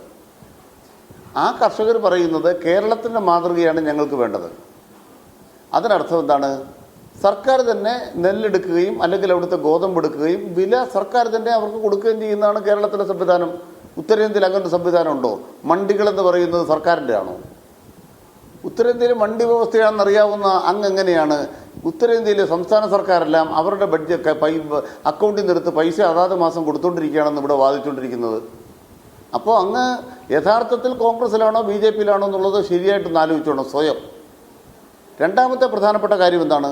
വളരെ വിചിത്രമായ ന്യായ പറയുന്നത്, കേന്ദ്ര സർക്കാരിന് പൈസ അഡ്വാൻസ് ചെയ്യുന്നൊരു സ്കീമില്ല. പിന്നെ ഇങ്ങനെ സംസ്ഥാന സർക്കാരിന് അഡ്വാൻസ് ചെയ്യുന്ന സ്കീം ഉണ്ടാക്കാൻ പറ്റുമോ? സംസ്ഥാന സർക്കാരിന് അഡ്വാൻസ് ചെയ്യാമെങ്കിൽ കേന്ദ്രത്തിനും അഡ്വാൻസ് ചെയ്യാമല്ലോ. കേന്ദ്രം ഏതെല്ലാം കാര്യത്തിന് അഡ്വാൻസ് ചെയ്തു? ഞാൻ കൃത്യമായിട്ട് പറയാമല്ലോ. ഈ വാക്സിൻ ഉണ്ടാക്കുന്ന കമ്പനിയുടെ ഇന്നൊരു 50 കോടി രൂപ വാങ്ങിച്ചില്ലേ ഇലക്ട്രൽ ബോണ്ട്? ആ കമ്പനിക്ക് എത്ര രൂപ കേന്ദ്രം അഡ്വാൻസ് കൊടുത്തെന്നറിയോ കോവിഡ് കാലത്ത്? അപ്പോൾ നമ്മൾ ആ കേന്ദ്രത്തിന് അഡ്വാൻസ് ചെയ്യുന്ന പരിപാടി ഇല്ല എന്നൊക്കെ തെറ്റിദ്ധാരണയാണ്. അപ്പോൾ കേന്ദ്രം ഈ കാര്യത്തിൽ നിലപാട് സ്വീകരിക്കുന്നില്ല, കർഷകനെ സഹായിക്കുന്നില്ല. അത് ആർജവത്തോടെ പറയേണ്ടതിന് പകരം കേരളത്തിൽ സർക്കാർ നൽകുന്ന സഹായത്തെ മറച്ചു വെക്കുന്നു, മറ്റ് സംസ്ഥാനങ്ങൾ സഹായിക്കാത്തതിൻ്റെ കാര്യം മറച്ചു വെക്കുന്നു, അതിന് തെറ്റായി വ്യാജം പ്രചരിപ്പിക്കുന്നു. ഇത് കോൺഗ്രസിൻ്റെ ഭാഗത്തുള്ള തെറ്റായ കാര്യമാണ്. ബഹുമാനപ്പെട്ട റോണി ഇവിടെ വന്ന് ഇത്തരം കാര്യം പറയുമ്പോൾ നിങ്ങളുടെ എം പിമാർ പാർലമെൻറ്റിൽ പോയിട്ട് ഇതിനേക്കാൾ എത്രയോ വലിയ തെറ്റായ കാര്യമായിരിക്കും പറയുന്നത്. അത് നമ്മളൊന്ന് ഊഹിച്ചാൽ മതി. ഇനി അദ്ദേഹം പറയുന്നത് കേരളത്തിൻ്റെ സാമ്പത്തിക പ്രതിസന്ധി, അങ്ങനൊരു പ്രതിസന്ധി കേരളത്തിന് ഇല്ല കേട്ടോ. അതിന് കാരണം ബഹുമാനപ്പെട്ട ഉമ്മൻചാണ്ടി സർക്കാരിൻ്റെ അവസാനത്തെ ബഡ്ജറ്റ് 80,000 കോടി രൂപയുള്ളൂ. ഇപ്പോൾ കേരളത്തിൻ്റെ ബഡ്ജറ്റ് 1,86,000 കോടി രൂപയാണ്. ഈ 7.5 കൊല്ലക്കാലം കൊണ്ട് കേരളത്തിൻ്റെ ബഡ്ജറ്റ് എന്ന് പറയുന്ന 1 ലക്ഷം കോടി രൂപയ്ക്ക് മേലെ അധികരിച്ചില്ലേ? ഇപ്പോൾ കേരളത്തിന് സാമ്പത്തിക പ്രതിസന്ധിയാണ് എങ്ങനെയാണ് ഓരോ കൊല്ലവും ഏതാണ്ട് ഒരു 15,000 രൂപ വെച്ച് ബഡ്ജറ്റ് കൂടിക്കൊണ്ടിരിക്കുന്നത്. അപ്പം നമ്മൾ മനസ്സിലാക്കേണ്ട കാര്യം, കേരളത്തിൽ ഏറ്റവും വേറെ സാമ്പത്തിക വളർച്ചയുള്ള സ്റ്റേറ്റാണ്. ആ സ്റ്റേറ്റിനെ കേന്ദ്രം എങ്ങനെ ഞെരുക്കുന്നതും ഞങ്ങൾക്ക് കൃത്യമായ കണക്കുണ്ട്. ഒരു കണക്ക് ഞാൻ പറയാം. ധനകാര്യ കമ്മീഷൻ്റെ ഓരോ വർഷത്തെയും മാനദണ്ഡം വരുമ്പോൾ ആ മാനദണ്ഡപ്രകാരം വികസിത സംസ്ഥാനമായ കേരളം ഉൾപ്പെടെയുള്ള എല്ലാ ദക്ഷിണേന്ത്യൻ സംസ്ഥാനങ്ങളും തള്ളപ്പെടുന്നു. അവിടെ കേന്ദ്ര വിഹിതം കേരളത്തിന് ലഭിക്കേണ്ടത് ഈ വികസിച്ചു എന്ന കാരണം കൊണ്ട് വെട്ടിക്കുറയ്ക്കുന്നു. ഒരു വാദം. അപ്പം അങ്ങ് പറയുന്ന എത്ര കാരണമുള്ളത് ഈ കേരളത്തിൻ്റെ സാമ്പത്തിക പ്രതിസന്ധിക്ക്? ഇതൊരു കാരണമാണോ? നമുക്ക് കിട്ടേണ്ട പണം അതിൻ്റെ ശതമാനക്കണക്ക് നോക്കിയാൽ 10ാം ധനകാര്യ കമ്മീഷനിൽ നിന്നും പകുതിയേ ഉള്ളൂ എന്നാണ് ഒരു കാരണം. രണ്ടാമത്തെ കാരണം എന്താണ് പറയുന്നത്? കേരളത്തിന് കിട്ടിക്കൊണ്ടിരുന്ന റവന്യൂ കമ്മി ഗ്രാൻഡ് ഇല്ലാതായി. ഈ റവന്യൂ കമ്മി എന്ന് പറഞ്ഞാൽ എന്തിനാണ്? നമ്മൾ സ്കൂളും ആശുപത്രിയൊക്കെ നന്നായിട്ട് നടത്തിക്കൊണ്ടിരിക്കുകയാണ്. ഇനി നല്ല നിയമനം നടത്തണം. കേരളത്തിലാണ് ഏറ്റവും കൂടുതൽ നിയമനം നടക്കുന്നത്. ഒരു വർഷം കേരളത്തിലെ PSC 32,000 പേരെ നിയമിക്കുന്നുണ്ട്. ഗുജറാത്തിലെ PSC നിയമിക്കുന്നത് വെറും 3,000 പേരെയാണ്. അപ്പോൾ ആ വ്യത്യാസം നമുക്ക് കാണാം. അതുകൊണ്ട് കേരളത്തിന് റവന്യൂ കമ്മി എന്ന് പറയുന്നത് കേന്ദ്ര സർക്കാരിൻ്റെ ധനകാര്യ കമ്മീഷൻ തന്നുകൊണ്ടിരുന്നതാണ്. അതിപ്പോൾ ഇക്കൊല്ലം ഇല്ലാതായതുകൊണ്ട് 2,000 കോടി രൂപ കുറഞ്ഞു. നമ്മളത് പറഞ്ഞു. മൂന്നാമെന്താണ്? മൻമോഹൻ സിംഗ് സർക്കാരിൻ്റെ കാലത്ത് കേന്ദ്ര പദ്ധതികൾക്ക് 75% പണം തരുമായിരുന്നു. അപ്പോൾ സംസ്ഥാനം 25% മുടക്കിയാൽ മതി. ഇപ്പം കേന്ദ്രം ചെയ്യുന്നത് മോദി വന്നപ്പം അത് 60% ആക്കി. മൻമോഹൻ സിംഗിൻ്റെ കാലത്തേക്കാൾ മോദി സർക്കാർ 60% കേന്ദ്ര വിഹിതം വെട്ടിക്കുറച്ചു. കേന്ദ്രാവിഷ്കൃത പദ്ധതികൾ എന്ന് പറഞ്ഞാൽ കോൺഗ്രസിന് സന്തോഷമുള്ള ആ സന്തോഷം റോഡിക്ക് കാണുന്നില്ല. അതെന്താ നിങ്ങളൊരു കാരണമായിട്ട് പറയാത്തത്? പിന്നെ ഇവിടെ പറഞ്ഞു കിബിക്ക് വേണ്ടി വരുന്ന പലിശയൊന്നും എവിടുത്തെ പൈസയല്ല, ഖജനാവിലെ പണമല്ല. അത് കിബി വേറൊരു ബിസിനസ് മോഡലാണ്. കിബി ഇല്ലായിരുന്നെങ്കിലോ? കിബി ഇല്ലായിരുന്ന ദേശീയപാത നടക്കുമായിരുന്നു. കേരളം 6,650 കോടി രൂപ ദേശീയപാതയ്ക്ക് മുടക്കി. കിബി ഇല്ലായിരുന്നു ഈ കാശ് ഇവിടുന്ന് മുടക്കും. അപ്പോൾ കിബി ഉള്ളത് കൊണ്ടാണ് കേരളത്തിൻ്റെ വികസനം. അതൊരു ബിസിനസ് മോഡലാണ്. അവർക്ക് ഇന്ത്യ രാജ്യത്തിനകത്തും ലോകത്തും ഒരു മാർക്കറ്റിനകത്തും ഒരു ഹൈപ്പ് കിട്ടാൻ അവർ പോയിട്ട് മസാല ബോണ്ട് വാങ്ങിച്ചതോടുകൂടി മസാല ബോണ്ടിന് അർഹതപ്പെട്ട ഒരു കിബിയാണ് എന്ന് പറയുമ്പോൾ അതിൻ്റെ ഭാഗമായിട്ട് ഏതെങ്കിലും ഒരു ചെറിയ പ്രൊഡക്റ്റിന് അല്പം പലിശ കൂടുതൽ വെക്കുമെന്നേ. നിങ്ങൾക്ക് 10 പ്രൊഡക്റ്റ് ഉണ്ടെങ്കിൽ ആ ഒരു പ്രൊഡക്റ്റിന് പ്രത്യേക ഒരു ഡിസ്കൗണ്ട് കൊടുക്കുന്ന പോലെ ഒരു പ്രൊഡക്റ്റിന് ഒരു സംവിധാനം, ഒരു ആകർഷണത്തിൻ്റെ ഒരു വ്യവസ്ഥ വെച്ചാൽ that is A business model. അത് മനസ്സിലാക്കാനുള്ള വിവേകം നിങ്ങളുടെ കോൺഗ്രസിനെ ആർക്കും ഇല്ലെന്നാണോ കിബിയെക്കുറിച്ച് പറഞ്ഞുകൊണ്ടിരിക്കാൻ? ഇതൊക്കെ കേരളത്തെ തകർത്തുന്നാണോ? കേരളം പുരോഗതിയാണ് കേട്ടോ. ഇക്കൊല്ലം കേരളത്തിൻ്റെ GDP ഗ്രോത്ത് എന്ന് പറയുന്നത് 13.26 ലക്ഷം കോടി രൂപയാണ്. ഒരു കൊല്ലം 1,18,000 കോടി രൂപയുടെ GDP ഗ്രോത്ത് കേരളത്തിനുണ്ട് എന്ന് പറഞ്ഞാൽ പിണറായി വിജയൻ്റെ കേരളം പുറകോട്ടല്ല, മുന്നോട്ടാണ് എന്നാണ് സാമ്പത്തിക കണക്ക്. പക്ഷേ കേരളത്തിന് പ്രശ്നമുണ്ട്. എന്താ പ്രശ്നം? നമ്മുടെ ഒരു ബഡ്ജറ്റ് വെച്ച് കഴിഞ്ഞാൽ ആ ബഡ്ജറ്റിനകത്ത് നെല്ലെടുപ്പിന് വേണ്ടി 2,000 കോടി രൂപ ബഡ്ജറ്റ് മാറ്റി വെക്കാൻ പറ്റത്തില്ല. മാറ്റി വെച്ച് കഴിഞ്ഞാൽ 2,000 കോടി രൂപയുടെ പദ്ധതി കുറച്ചേ നടപ്പാക്കാൻ പറ്റൂ. അപ്പോൾ നമ്മൾ കടമെടുക്കും. എവിടുന്ന് കടമെടുക്കണം? നമ്മുടെ ഏതെങ്കിലും ബാങ്കിൽ നിന്ന് കടമെടുക്കും. അപ്പോൾ സർക്കാർ ഗ്യാരണ്ടി കൊടുക്കണം. ഗ്യാരണ്ടി കൊടുത്താൽ നിങ്ങൾക്ക് ഈ വർഷം പദ്ധതിക്ക് വേണ്ടി പൈസയിൽ വെട്ടിക്കുറവ് വരുത്തും. അങ്ങനെ നിങ്ങൾക്ക് 42,000 കോടി രൂപയുടെ റൈറ്റ് ഉണ്ട് ഇപ്പം 3.5%. ആ 42,000 കോടി രൂപയുടെ റൈറ്റിൽ നിന്നും 17,000 കോടി രൂപയെ തരുവുള്ളൂ എന്ന് പറഞ്ഞാൽ 25,000 കോടി പോയി. അതിനെതിരായാണ് യുദ്ധം. യുദ്ധത്തിന് പല കാരണങ്ങളുണ്ട്. ഈ യുദ്ധത്തിൽ പ്രധാനപ്പെട്ടൊരു കാരണം ഇതാണ്. അതുകൊണ്ട് തന്നെ പറയട്ടെ, സുപ്രീം കോടതിയിൽ കേസ് ജയിച്ചോ ഇല്ലയോ? നിങ്ങളുടെ ചോദ്യം ഇതാണ്. ഞങ്ങളുടെ വാദം എന്താണ്? ഈ കേസ് എന്ന് പള്ളയ്ക്ക് കൊണ്ടപ്പോൾ കേന്ദ്രത്തിന് കാര്യം മനസ്സിലായി, ഇവന്മാർ വിടത്തില്ല. ഇപ്പോൾ കേരളം നയിച്ച വഴിയത് കർണാടക പോവുകയാണ്. കർണാടകത്തിലെ പ്രകൃതിക്ഷോഭത്തിന്, ദുരിതാശ്വാസത്തിന്, വരൾച്ചയ്ക്ക് കർണാടകത്തെ കേന്ദ്രം സഹായിക്കുന്നില്ല. അവർ കോൺഗ്രസിനെ തിരഞ്ഞെടുത്തു.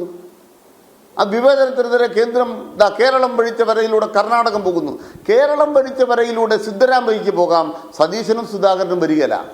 ഇന്നല്ലെങ്കിൽ നാളെ വരേണ്ടി വരും. അതിന് കാരണം എന്താണ്? കേരളം നടത്തുന്ന ശരിയായ പോരാട്ടമാണ്. ഞങ്ങൾ ഇന്ത്യ രാജ്യത്തെ പ്രസിഡന്റ് അവരെ കൊണ്ട് തെറ്റായ കാര്യം മോദി ചെയ്യിച്ചാൽ അത് തിരുത്തിക്കാൻ അവർക്കെതിരെയും യുദ്ധം ചെയ്യും. മോദി തെറ്റായ കാര്യം ചെയ്യിക്കുകയാണ്. മോദി തെറ്റായ കാര്യം ചെയ്യിച്ചാൽ സുപ്രീം കോടതി ഇടപെടിക്കും. രാഷ്ട്രപതിയുടെ ഈ തെറ്റായ കാര്യത്തിനെതിരായിട്ട് ഒരു നിയമസഭയുടെ നിയമനിർമ്മാണം വീറ്റോ ചെയ്യാൻ അധികാരമില്ല ഗവർണർക്കും രാഷ്ട്രപതിക്കും. അവകാശമാണ്, ഫൈറ്റാണ്. ആ ഫൈറ്റിനകത്ത് തലകുനിക്കാതെ പോകുന്നൊരു പിണറായി വിജയനും കേരളത്തിലെ സർക്കാരും ലോകത്തിന് അത്ഭുതമാണ്, ഇന്ത്യക്ക് അത്ഭുതമാണ്. അത് കണ്ടുകൊണ്ടിരിക്കുകയാണ്. ആ ഫൈറ്റിൻ്റെ ഭാഗമായിട്ടാണ് ഈ കാശിപ്പോൾ കിട്ടിയത്. എന്താ സോഫ്റ്റ്വെയർ തകരാറ്? ഒരു തകരാറുമല്ല, നരേന്ദ്രമോദിയുടെ തകരാറാണ്. ആ സോഫ്റ്റ്വെയർ മാറ്റാതെ നമ്മുടെ ഇന്ത്യ രാജ്യം രക്ഷപ്പെടുകയില്ല. എം ജയചന്ദ്രൻ, ഇപ്പോൾ ഈ വിഷയവുമായി തന്നെ ബന്ധപ്പെട്ട് കേന്ദ്രവും സംസ്ഥാനവും തമ്മിൽ സംസാരിക്കുമ്പോൾ കേന്ദ്രം ഉന്നയിച്ച മറ്റൊരു വാദം ഈ റേഷൻ കടകൾ വഴി വിതരണം ചെയ്ത ധാന്യവുമായി ബന്ധപ്പെട്ട കണക്കുകളിൽ പ്രശ്നമുണ്ട് എന്നുള്ളതാണ്. അപ്പോൾ കേരളം പറയുന്നു മുൻവർഷത്തെ നീക്കിയിരിപ്പ് കൂടി ചേർത്താണ് ഞങ്ങൾ ഇത്തവണ വിതരണം ചെയ്തത്. അപ്പോൾ അങ്ങനെ വിതരണം ചെയ്യാൻ ഒരു സംസ്ഥാനത്തിന് അധികാരമില്ല. അതൊക്കെയാണ് ഈ തുക അനുവദിക്കാത്തതിൽ അല്ലെങ്കിൽ കണക്കുകളിൽ പ്രശ്നമുണ്ട് എന്ന് കേന്ദ്രം സ്ഥാപിക്കുന്ന കാര്യങ്ങൾ എന്ന് ഓർക്കണം എം ജയചന്ദ്രൻ.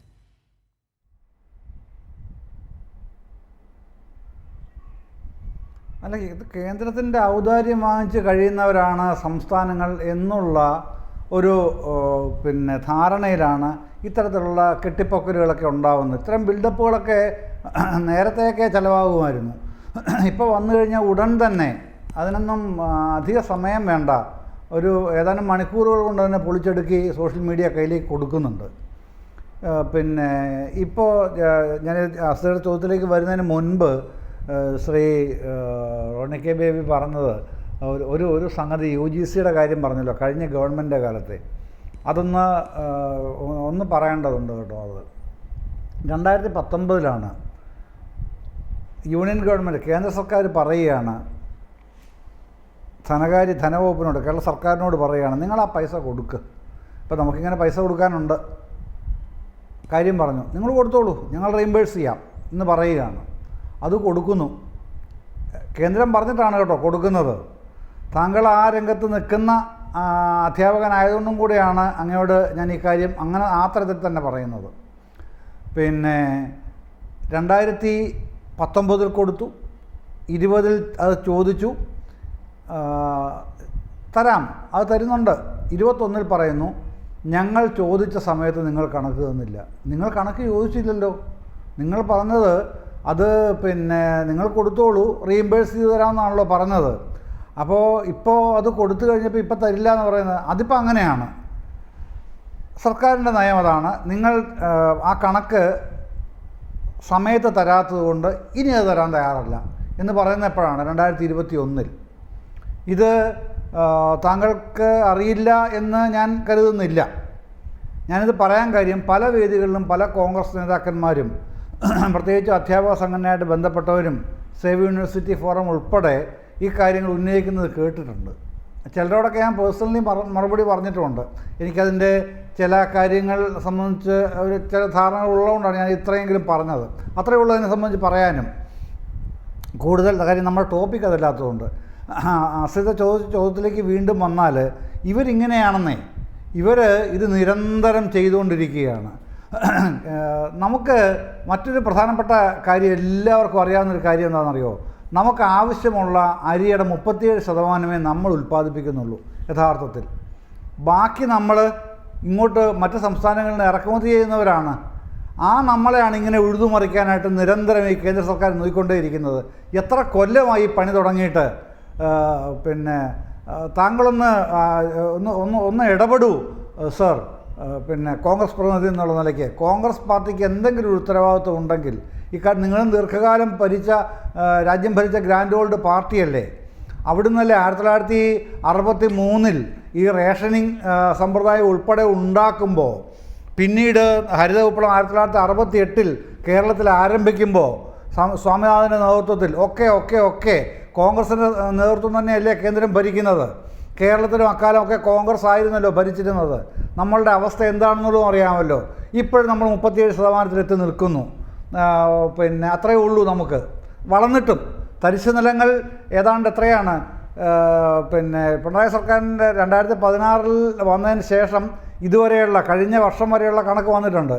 അതിൻ്റെ അകത്ത് ഏതാണ്ട് 2 ലക്ഷത്തിൽ പരം ഹെക്ടറാണ് പുതുതായി നെൽകൃഷി ആരംഭിച്ചത്. എന്നിട്ട് പോലും നമ്മൾ 37% എത്തി നിൽക്കുന്നുള്ളൂ.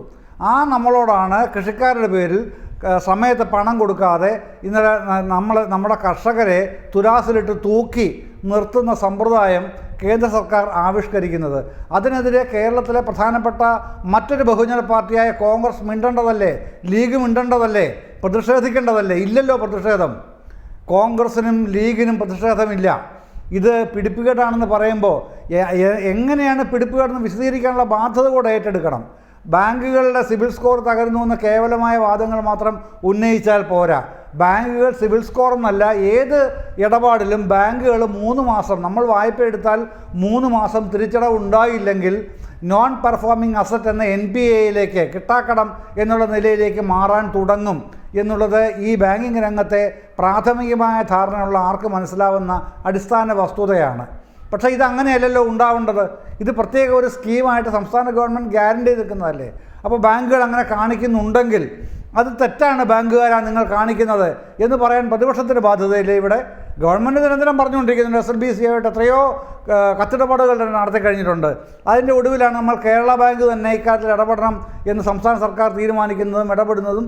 പക്ഷേ ഈ പറഞ്ഞതുപോലെ മറ്റ് ചില സാങ്കേതിക തടസ്സങ്ങൾ അതിനുണ്ട് എങ്കിലും അടുത്ത സീസണിലെങ്കിലും അത് മാറി വരും എന്നാണ് പ്രത്യാശിക്കുന്നത്. അപ്പോൾ നമ്മളെ ബുദ്ധിമുട്ടിക്കുന്ന, വീർപ്പ് മുട്ടിക്കുന്ന നയങ്ങളും നടപടികളും ഉണ്ടാവുന്നത് കേന്ദ്ര സർക്കാരിൻ്റെ ഭാഗത്തുനിന്ന് തന്നെയാണെന്നുള്ള അറിയാത്തവരല്ല പ്രതിപക്ഷം. പക്ഷേ താൽക്കാലികമായ രാഷ്ട്രീയ നേട്ടത്തിന് വേണ്ടി, രാഷ്ട്രീയ ലാഭത്തിന് വേണ്ടി, നേട്ടമല്ലല്ലോ, ലാഭത്തിന് വേണ്ടിയാണ് ഈ പരിപാടി ചെയ്തുകൊണ്ടേയിരിക്കുന്നത്. ഇതാരെയെങ്കിലും രക്ഷിക്കുന്നുണ്ടോ? പിന്നെ ഒരുപാട് കൃഷിക്കാർ ഉണ്ടല്ലോ, പിന്നെ കോൺഗ്രസിനെ പിന്തുണയ്ക്കുന്ന കർഷകർ. അതേസമയം കൃഷ്ണപ്രസാദിനെ പോലെയുള്ള BJP ആഭിമുഖ്യമുള്ള കർഷകർ വന്നിട്ട് എനിക്ക് പണം കിട്ടിയില്ല എന്ന് പറയുമ്പോൾ അതിൻ്റെ പിറ്റേ ദിവസം സഹകരണ വകുപ്പ് മന്ത്രി തന്നെ ഇത് അദ്ദേഹത്തിന് ഇത്രയും പണം കിട്ടി എന്ന് പറഞ്ഞതോടുകൂടി എൻ്റെ പ്രശ്നമല്ല അത്, ഞാൻ ബാക്കിയുള്ള കൃഷിക്കാരുടെ പ്രശ്നമാണ് എന്ന് പറഞ്ഞ് മറുകണ്ഠം ചാടാൻ ആ വ്യക്തിക്ക് ഒരു ഉളുപ്പും ഉണ്ടായില്ല. പക്ഷേ നിങ്ങളങ്ങനെ പറഞ്ഞ തെറ്റായി മിസ്റ്റർ കൃഷ്ണപ്രസാദ് എന്ന് പറയാൻ പ്രതിപക്ഷത്തെ ഏതെങ്കിലും ഒരാൾ, താങ്കൾ ഉൾപ്പെടെ തയ്യാറായോ? ശ്രീ റോണി കെ ബേബി, എൻ്റെ പ്രശ്നമല്ല ഞാൻ പറഞ്ഞത്, ബാക്കിയുള്ള കൃഷിക്കാരുടെ പ്രശ്നമെന്ന് പറയുമ്പോൾ നിങ്ങൾ ഇന്നലെ അങ്ങനെ അല്ലല്ലോ പറഞ്ഞത്. അപ്പോൾ അത്തരത്തിലുള്ള നരേഷൻസ് നിരന്തരം നടക്കുന്നത് ഈ LDF സർക്കാരിനെ അപഹസിക്കാനാണ്, അപമാനിക്കാനാണ്. അതറിയാത്ത ആൾക്കാരല്ല കേരളം എന്നുള്ളതെങ്കിലും നിങ്ങൾ മനസ്സിലാക്കി പോകണം എന്നുള്ളതാണ് എനിക്ക് അഭ്യർത്ഥിക്കാനുള്ള പ്രധാനപ്പെട്ട ഒരു കാര്യം. ചർച്ചയിലേക്ക് റോണി കെ ബേബി, വിവിധ ഇനങ്ങളിലായി 58,000 രൂപയുടെ വെട്ടിക്കുറവ് കേന്ദ്രത്തിൽ നിന്നും ഉണ്ടായി എന്നുള്ള കേരളത്തിന്റെ വാദത്തെ ശരിവെക്കുന്നതാണ് ഇപ്പോൾ കേന്ദ്രം നൽകിയിട്ടുള്ള ഈ തുകയായാലും ഇനി സുപ്രീം കോടതിയിൽ നടന്ന വാദങ്ങളായാലും ഒക്കെയും. വാസ്തവത്തിൽ ഇത്രയും വലിയൊരു തുകയുടെ കുറവ് കേന്ദ്രത്തിൽ നിന്നും ഉണ്ടായില്ലായിരുന്നുവെങ്കിൽ, താങ്കൾ ഈ പറയുന്ന തരത്തിൽ കേരളത്തിൽ സാമ്പത്തിക പ്രതിസന്ധി ഉണ്ടെങ്കിൽ, അത് രൂക്ഷമാണെന്ന് താങ്കൾ പറയുന്നുണ്ടെങ്കിൽ, അങ്ങനെ ഒരു അവസ്ഥയിലേക്ക് ഒരു സംസ്ഥാനം പോകുമായിരുന്നു? ആഷിത, എനിക്ക് ഒരുപാട് ചോദ്യങ്ങൾക്ക് ഉത്തരം പറയേണ്ടതുണ്ട്. നിങ്ങൾ ആഷിത ചോദിച്ച ഒരു ചോദ്യത്തിൽ തന്നെ മറുപടി പറഞ്ഞുകൊണ്ട് ഞാൻ തുടങ്ങാം. 58,000 കോടിയുടെ കണക്ക് നമ്മൾ ഒരുപാട് പ്ലാറ്റ്ഫോമുകളിൽ കേൾക്കുന്നുണ്ട്. കേരളം സുപ്രീം കോടതിയിൽ നൽകിയ ഹർജിയിൽ ഈ 58,000 കോടി എവിടെയെങ്കിലും പറഞ്ഞിട്ടുണ്ടോ? ഞാൻ ചോദിക്കട്ടെ. ഞാൻ അഫിഡവിറ്റ് മുഴുവൻ വായിച്ച ആളാണ്. അതിനകത്ത് ആകെ കേരളം ആവശ്യപ്പെട്ടിരിക്കുന്നത് കടമെടുപ്പ് പരിധി 3ൽ നിന്ന് 3.5% ആയിട്ട് കൂട്ടണം. Physical responsibility budget management act പ്രകാരം 3% പറ്റത്തുള്ളൂ. അത് കേരളത്തിന് പ്രത്യേക സാഹചര്യം പരിഗണിച്ചുകൊണ്ട് 3.5% ആക്കണം എന്നൊരു ആവശ്യം മാത്രമേ കേരള ഹർജിയിൽ പറഞ്ഞിട്ടുള്ളൂ. അല്ലാതെ 58,000 കോടി, അതൊക്കെ നമ്മുടെ സഖാക്കന്മാരൊക്കെ മൈക്ക് കിട്ടുമ്പോൾ കേന്ദ്രത്തെ ചീത്ത വിളിക്കുന്നുണ്ട്. ഞാൻ കേന്ദ്രത്തിന് വേണ്ടി വക്കാലത്തെടുത്തുകൊണ്ട് പറയല്ല. എന്നെ എവിടെയെങ്കിലും BJP-കാരനാക്കി, കാരണം സത്യം വിളിച്ചു പറയുന്നവരൊക്കെ പിന്നെ സംഖ്യയാക്കിയും BJP പട്ടം ചാർത്തി കൊടുക്കുകയൊക്കെ ഒരു സ്ഥിരം കലാപരിപാടിയാണല്ലോ. എനിക്ക് അതുകൊണ്ട് അതിനകത്ത് അത്ഭുതമൊന്നുമില്ല. അവിടെ നിൽക്കട്ടെ. ഇവിടെ ജയേന്ദ്രൻ മാഷ് പറഞ്ഞു UGCയുടെ കാര്യവുമായി ബന്ധപ്പെട്ട് 2016 UGCയുടെ ഈ റിവൈസ്ഡ് ഇത് പിന്നെ വരുന്നത്. അത് ഇംപ്ലിമെന്റ് ചെയ്യുന്ന 2020. 4 വർഷത്തെ കുടിശ്ശികയുണ്ട്. 1 രൂപ പോലും ജയേന്ദ്ര മാഷ് പറഞ്ഞു, സംസ്ഥാനത്തോട് പറഞ്ഞു നിങ്ങൾ അഡ്വാൻസ് ചെയ്തു. 1 രൂപ പോലും ജയേന്ദ്ര മാഷ് AKPCTയുടെ ഒക്കെ നേതാക്കന്മാരുണ്ടല്ലോ, ഒന്ന് വിളിച്ചന്വേഷിക്കുക.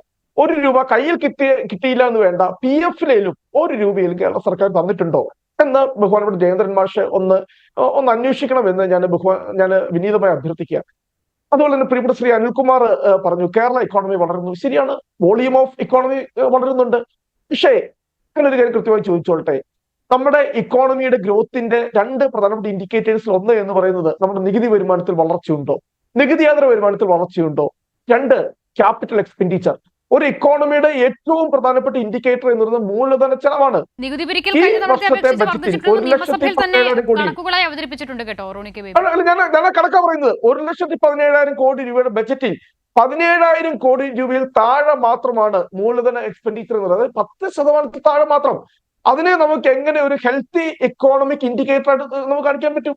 കാരണം മൂലധന ചെലവ് ഉണ്ടെങ്കിൽ മാത്രമേ അത് ഇൻകം ജനറേറ്റ് ചെയ്യുള്ളൂ, കൂടുതൽ സാമ്പത്തികമായി കൂടുതൽ പിന്നെ വളർച്ചയിലേക്ക് സംസ്ഥാനത്തെ നയിക്കുള്ളൂ. അപ്പൊ നമ്മൾ നേരിടുന്ന പ്രശ്നം എന്താണെന്നറിയോ? നമ്മൾ മുഴുവൻ കടം മേടിച്ച് ഈ ഓട്ട അടച്ചുകൊണ്ടിരിക്കുകയായിരുന്നു. പക്ഷെ നമുക്കിപ്പം പുതുതായി കടം മേടിക്കാൻ മേലാത്ത അവസ്ഥയായി. നമ്മൾ ഇന്ത്യക്കകത്ത് നിന്ന് കടം കിട്ടാഞ്ഞിട്ട് ഇന്ത്യക്ക് പുറത്തു പോയി പോലും ഇതാണല്ലോ കിഫ്ബി എന്ന് പറയുന്നത് 9% മുകളിൽ പലിശക്ക് നമ്മൾ മേടിച്ചു. ഇവിടെ ബഹുമാനപ്പെട്ട അനിൽകുമാർ മാഷ് പറഞ്ഞു കിഫ്ബിയുടെ പ്രശ്നം എന്താണെന്നറിയോ? ബജറ്റിന് പുറത്ത് നമ്മൾ കാശ് മേടിക്കുന്നു, പക്ഷെ കിഫ്ബിക്കുള്ള റീപേയ്മെന്റ് എവിടുന്നാ? അത് ബജറ്റിൽ നിന്നാണ്. അതാണ് പ്രശ്നം. അപ്പോൾ റീപേയ്മെന്റ് മാത്രം ബജറ്റിന്റെ അകത്തുനിന്നാകും, അത് പിന്നെ വരുമാനം പിന്നെ ബജറ്റിന് പുറത്തും. അതാണ് അതിന്റെ പ്രശ്നം. അത് കിഫ്ബി വന്ന അന്ന് മുതൽ ഇവിടുത്തെ പ്രതിപക്ഷ നേതാവ് ഉൾപ്പെടെ അന്നത്തെ രമേശ് ചെന്നിത്തല ഉൾപ്പെടെ ഇത് ചൂണ്ടിക്കാണിച്ചതാണ്. ഇത് കേരളത്തെ വളരെ ഗുരുതരമായ ഒരു അവസ്ഥയിലേക്ക് കൊണ്ടുപോകും. കാരണം ഇതിന്റെ റീപേയ്മെന്റ് എന്ന് പറയുന്നത് ബജറ്റിൽ നിന്നുമാണ്. കേരളത്തെ വലിയ സാമ്പത്തിക പ്രതിസന്ധിയിലേക്ക് കൊണ്ടുപോകുമെന്ന് അന്നേ ചൂണ്ടിക്കാണിച്ചതാണ്. പിന്നെ ഇവിടെ ബഹുമാനോട് അനിൽകുമാർ ഞാൻ ഒരു കാര്യം പറയട്ടെ, കേരളം തെളിച്ച വഴിയെ കർണാടക പോകുന്നു. എന്താ യഥാർത്ഥ പ്രശ്നം? ഞാൻ പറഞ്ഞ ഞങ്ങൾ സപ്പോർട്ട് ചെയ്ത അതേ വിഷയം തന്നെയാ. കേരളത്തില് ഈ പറയുന്ന 0.58 ആണ് വെട്ടിക്കുറവ് വരുത്തിയിരിക്കുന്നത് ധനകാര്യ കമ്മീഷൻ. അതായത് 2.5 നിന്നും 1.92 നമുക്ക് 0.58% വെട്ടിക്കുറവ് വന്നപ്പോൾ കർണാടകയ്ക്ക് 3 ഇരട്ടിയാണ് 1.92. കർണാടകയ്ക്ക് ശേഷം 1.5 ലക്ഷം കോടി രൂപയാണ് കർണാടകയ്ക്ക് നഷ്ടപ്പെട്ടത്. അതാണ് യഥാർത്ഥ പ്രശ്നം. ആ പ്രശ്നത്തിൽ ഞങ്ങൾ സംസ്ഥാന സർക്കാരിനൊപ്പമുണ്ട്. ഈ വിഷയം ഞങ്ങൾ പാർലമെന്റിൽ ഉൾപ്പെടെ ഉന്നയിച്ചതാണ്, മുഖ്യമന്ത്രി അഭിനന്ദിച്ചതാണ്. ബഹുമാനപ്പെട്ട അനിൽകുമാർ ഈ ചർച്ച കഴിയുമ്പോൾ ബഹുമാനപ്പെട്ട കേരളത്തിലെ മുഖ്യമന്ത്രിയുമായിട്ടൊന്ന് സംസാരിക്കണം. നിയമസഭയിൽ അദ്ദേഹം ബഹുമാനപ്പെട്ട പ്രതിപക്ഷ നേതാവിനെ അഭിനന്ദിച്ചുകൊണ്ട് UDF എംപിമാർ ഇക്കാര്യത്തിൽ ചെയ്തത് വളരെ ശ്ലാഘനീയമാണ്. ഏതാ ഈ പറയുന്ന ധനകാര്യ കമ്മീഷൻ നമ്മുടെ വെട്ടിക്കുറവ് വരുത്തിയത്. അതാണ് അവിടുത്തെ യഥാർത്ഥ പ്രശ്നം. അക്കാര്യത്തിൽ ഞങ്ങൾ ഈ പറയുന്ന സർക്കാരിനൊപ്പമുണ്ട്. പക്ഷേ ഈ പറയുന്ന വിഷയങ്ങൾ 25% നമുക്ക് ഇവിടെ ഈ പറയുന്ന നികുതി പിരിഞ്ഞു കിട്ടാനുള്ളത്. നമ്മുടെ യഥാർത്ഥ പ്രശ്നത്തിലേക്ക് നമ്മൾ കടക്കണം. കൺട്രോളർ ആൻഡ് ഓഡിറ്റർ ജനറൽ ഉൾപ്പെടെ എത്രയോ തവണ നിയമസഭയിൽ റിപ്പോർട്ട് വെച്ചിട്ടുണ്ട് നമുക്ക് പിരിഞ്ഞു കിട്ടുവാനുള്ള നികുതി. എന്തുകൊണ്ട് ആ നികുതി നമ്മൾ പിരിച്ചെടുക്കുവാനുള്ള ആർജവത്വം നമ്മൾ കാണിക്കുന്നില്ല? അപ്പോൾ നമുക്ക് കേരളത്തിന് കിട്ടുവാനുള്ള നികുതിയായി നികുതിയേതര വരുമാനമായി പല സോഴ്സുകളിൽ നിന്നും അത് പിരിച്ചെടുക്കുവാനുള്ള ഒരു ആർജവത്വം, ഒരു ശക്തി സർക്കാർ കാണിക്കുന്നില്ല. അതാണ്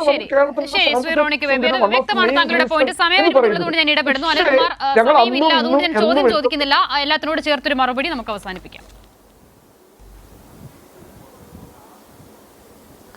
കർണാടക സർക്കാർ ഈ കഴിഞ്ഞ ബഡ്ജറ്റിൽ അവരുടെ വായ്പയിൽ നിന്നുള്ള വരുമാനം 1,05,000 കോടി രൂപയാണ്. കേരളത്തിന് 42,000 കോടി രൂപയാണ്. കേരളത്തിൽ എടുക്കാൻ പറ്റുന്ന കേരളം ഗ്രോത്താണ്, ഗ്രോത്ത് റേറ്റ് GDP ഗ്രോത്ത് കേരളത്തിലാണ് കൂടുതൽ. ഇന്ത്യ രാജ്യത്തെ സർക്കാരിന് കടമില്ലേ? 166 ലക്ഷം കോടി രൂപയാണ് ഇപ്പോൾ ഇന്ത്യ രാജ്യത്തിൻ്റെ കേന്ദ്ര സർക്കാരിൻ്റെ കടം. കപിൽ സിബൽ പാർലമെൻറ്റിൽ പറഞ്ഞ കണക്കാണ് ഞാൻ പറഞ്ഞത്. 166 ലക്ഷം കോടി. ഒരു മാസം കേന്ദ്ര സർക്കാർ എടുക്കുന്ന കടം 1.5 ലക്ഷം കോടി രൂപയാണ്. 1.5 ലക്ഷം കോടി രൂപ കടമെടുക്കുന്ന കേന്ദ്രം കേരളത്തോട് ഒരു കൊല്ലം 42,000 കോടി രൂപ കടമെടുക്കാൻ പാടില്ല എന്ന് പറയുന്നതിന് ന്യായം ആണ് ഞങ്ങൾ ചോദിക്കുന്നത്. രണ്ടാമത്തെ കാര്യം, കിബിയുടെ ഈ ടാക്സ് എന്നുള്ള ചെലവ് അല്ലെങ്കിൽ കിബിക്ക് എന്തെങ്കിലും പണം ബഡ്ജറ്റിൽ നിന്ന് കൊടുക്കുന്നുണ്ടോ? ഇല്ല. ബഹുമാനപ്പെട്ട റോണിയോട് പറയുകയാണ് ഈ ചർച്ചയിൽ, പിന്നെ ക്ലിയർ ചെയ്താൽ മതി. എന്തായത് നമ്മുടെ ടാക്സിൻ്റെ, വെഹിക്കിൾ ടാക്സിൻ്റെ, റോഡ് ടാക്സിൻ്റെ പകുതി പൈസ നേരെ കിബിയിലേക്കാണ് പോണത്. അത് ഒരിക്കലും ബഡ്ജറ്റ് ഇൻകം അല്ല. ബഡ്ജറ്റ് ഇൻകം അല്ലാത്തതുകൊണ്ട് ബഡ്ജറ്റ് എക്സ്പെൻഡിച്ചറും അല്ല. ഇതാണ് അതിൻ്റെ പോയിന്റ്. അതാണ് കിബിക്ക് നാട്ടുകാർ കടം കൊടുക്കാനുള്ള കാരണം എന്താണ്? കിബിക്ക് വേറെ വരുമാനം ഉണ്ടെന്ന് തെളിയിച്ചിട്ടുണ്ട്. ഇതാണ് ആ ബിസിനസ് മോഡൽ. അതുപോലും അങ്ങേക്ക് അറിയില്ലെന്നാണോ അതോ കോൺഗ്രസ്സുകാർ പറയുന്ന അങ്ങ് വിശ്വസിച്ചെന്നാണോ ഞാൻ മനസ്സിലാക്കേണ്ടത്? എനിക്ക് തീരെ അറിയില്ല. അതുകൊണ്ട് ദയവായിട്ട് മനസ്സിലാക്കുക. അങ്ങ് പറഞ്ഞു ക്യാപിറ്റൽ എക്സ്പെൻഡിച്ചർ കൂടണം. ഇന്ത്യ ചരിത്രത്തിലൊരു സംസ്ഥാനം ഏറ്റവും കൂടുതൽ ക്യാപിറ്റൽ എക്സ്പെൻഡിച്ചർ ഉണ്ടാക്കിയത് ഈ 7.5 കൊല്ലത്തിൽ പിണറായി സർക്കാരാണ്. അതിന് പണം ഉണ്ടാക്കിയത് കിബിയിൽ നിന്നാണ്. ക്യാപിറ്റൽ എക്സ്പെൻഡിച്ചർ കൂട്ടണമെങ്കിൽ കിബി പോലെ സംവിധാനങ്ങൾ ഉണ്ടാക്കണം. അതുണ്ടാക്കി കേരളം മാതൃകയാക്കി അതിൻ്റെ പടലേക്ക് പിടിക്കാൻ നടക്കുകയാണ് കേന്ദ്രം. അതിന് കൂട്ടുനിൽക്കുകയാണ് നിങ്ങൾ ഓരോരുത്തരും. കിബി ഇല്ലായിരുന്നെങ്കിൽ ദേശീയപാത വികസനം നടക്കുമായിരുന്നോ? സ്കൂൾ നന്നാക്കുമായിരുന്നോ? ആശുപത്രി നന്നാക്കുമായിരുന്നോ? കോളേജുകൾ നന്നാക്കുമായിരുന്നോ? ഇതൊക്കെ ചെയ്ത് ക്യാപിറ്റൽ എക്സ്പെൻഡിച്ചർ അല്ലേ? ഇന്ന് കേരളത്തിൻ്റെ റോഡും മലയോര പാതയും തീരദേശ പാതയും ക്യാപിറ്റൽ എക്സ്പെൻഡിച്ചർ അല്ലേ? അപ്പോൾ ക്യാപിറ്റൽ എക്സ്പെൻഡിച്ചർ എന്ന് പറയുന്നത് വെറുതെ ശൂന്യതയെന്ന് വന്നതല്ല. അതിനാണ് കിബി ഉണ്ടാക്കിയത്. അങ്ങ് ഈ ചർച്ചയിൽ തെറ്റായൊരു കാര്യം പറഞ്ഞു കേട്ടോ. അത് പിന്നെ സങ്കടമുള്ള കാര്യമാണ്. കേരളത്തിലെ ഏതെങ്കിലും ഒരു കർഷകന് അവർ നെല്ലിന് വില കൊടുത്തിട്ട് ബാങ്കിൽ നിന്ന് വായ്പയായിട്ട് കിട്ടിയിട്ട് സിബിൽ സ്കോറിനെ ബാധിച്ചതായിട്ട് ഒരു കേസ് കാണിക്കാൻ ഞാൻ അങ്ങോട്ട് അപേക്ഷിക്കുകയാണ് ബഹുമാനപ്പെട്ട റോയിയോട്. ഒരു കേസ് പറഞ്ഞാൽ മതി. നമുക്കൊരു ചർച്ചയ്ക്കകത്ത് ഇങ്ങനെ പറഞ്ഞു പോകരുത്. അതൊക്കെ ഒരു ആഖ്യാനമാണ്. അതുകൊണ്ട് തെറ്റായ ആഖ്യാനങ്ങൾ തിരുത്തപ്പെട്ടിരിക്കുന്നു. കേന്ദ്രം തന്നെ തുറന്നു കാട്ടപ്പെട്ടിരിക്കുന്നു.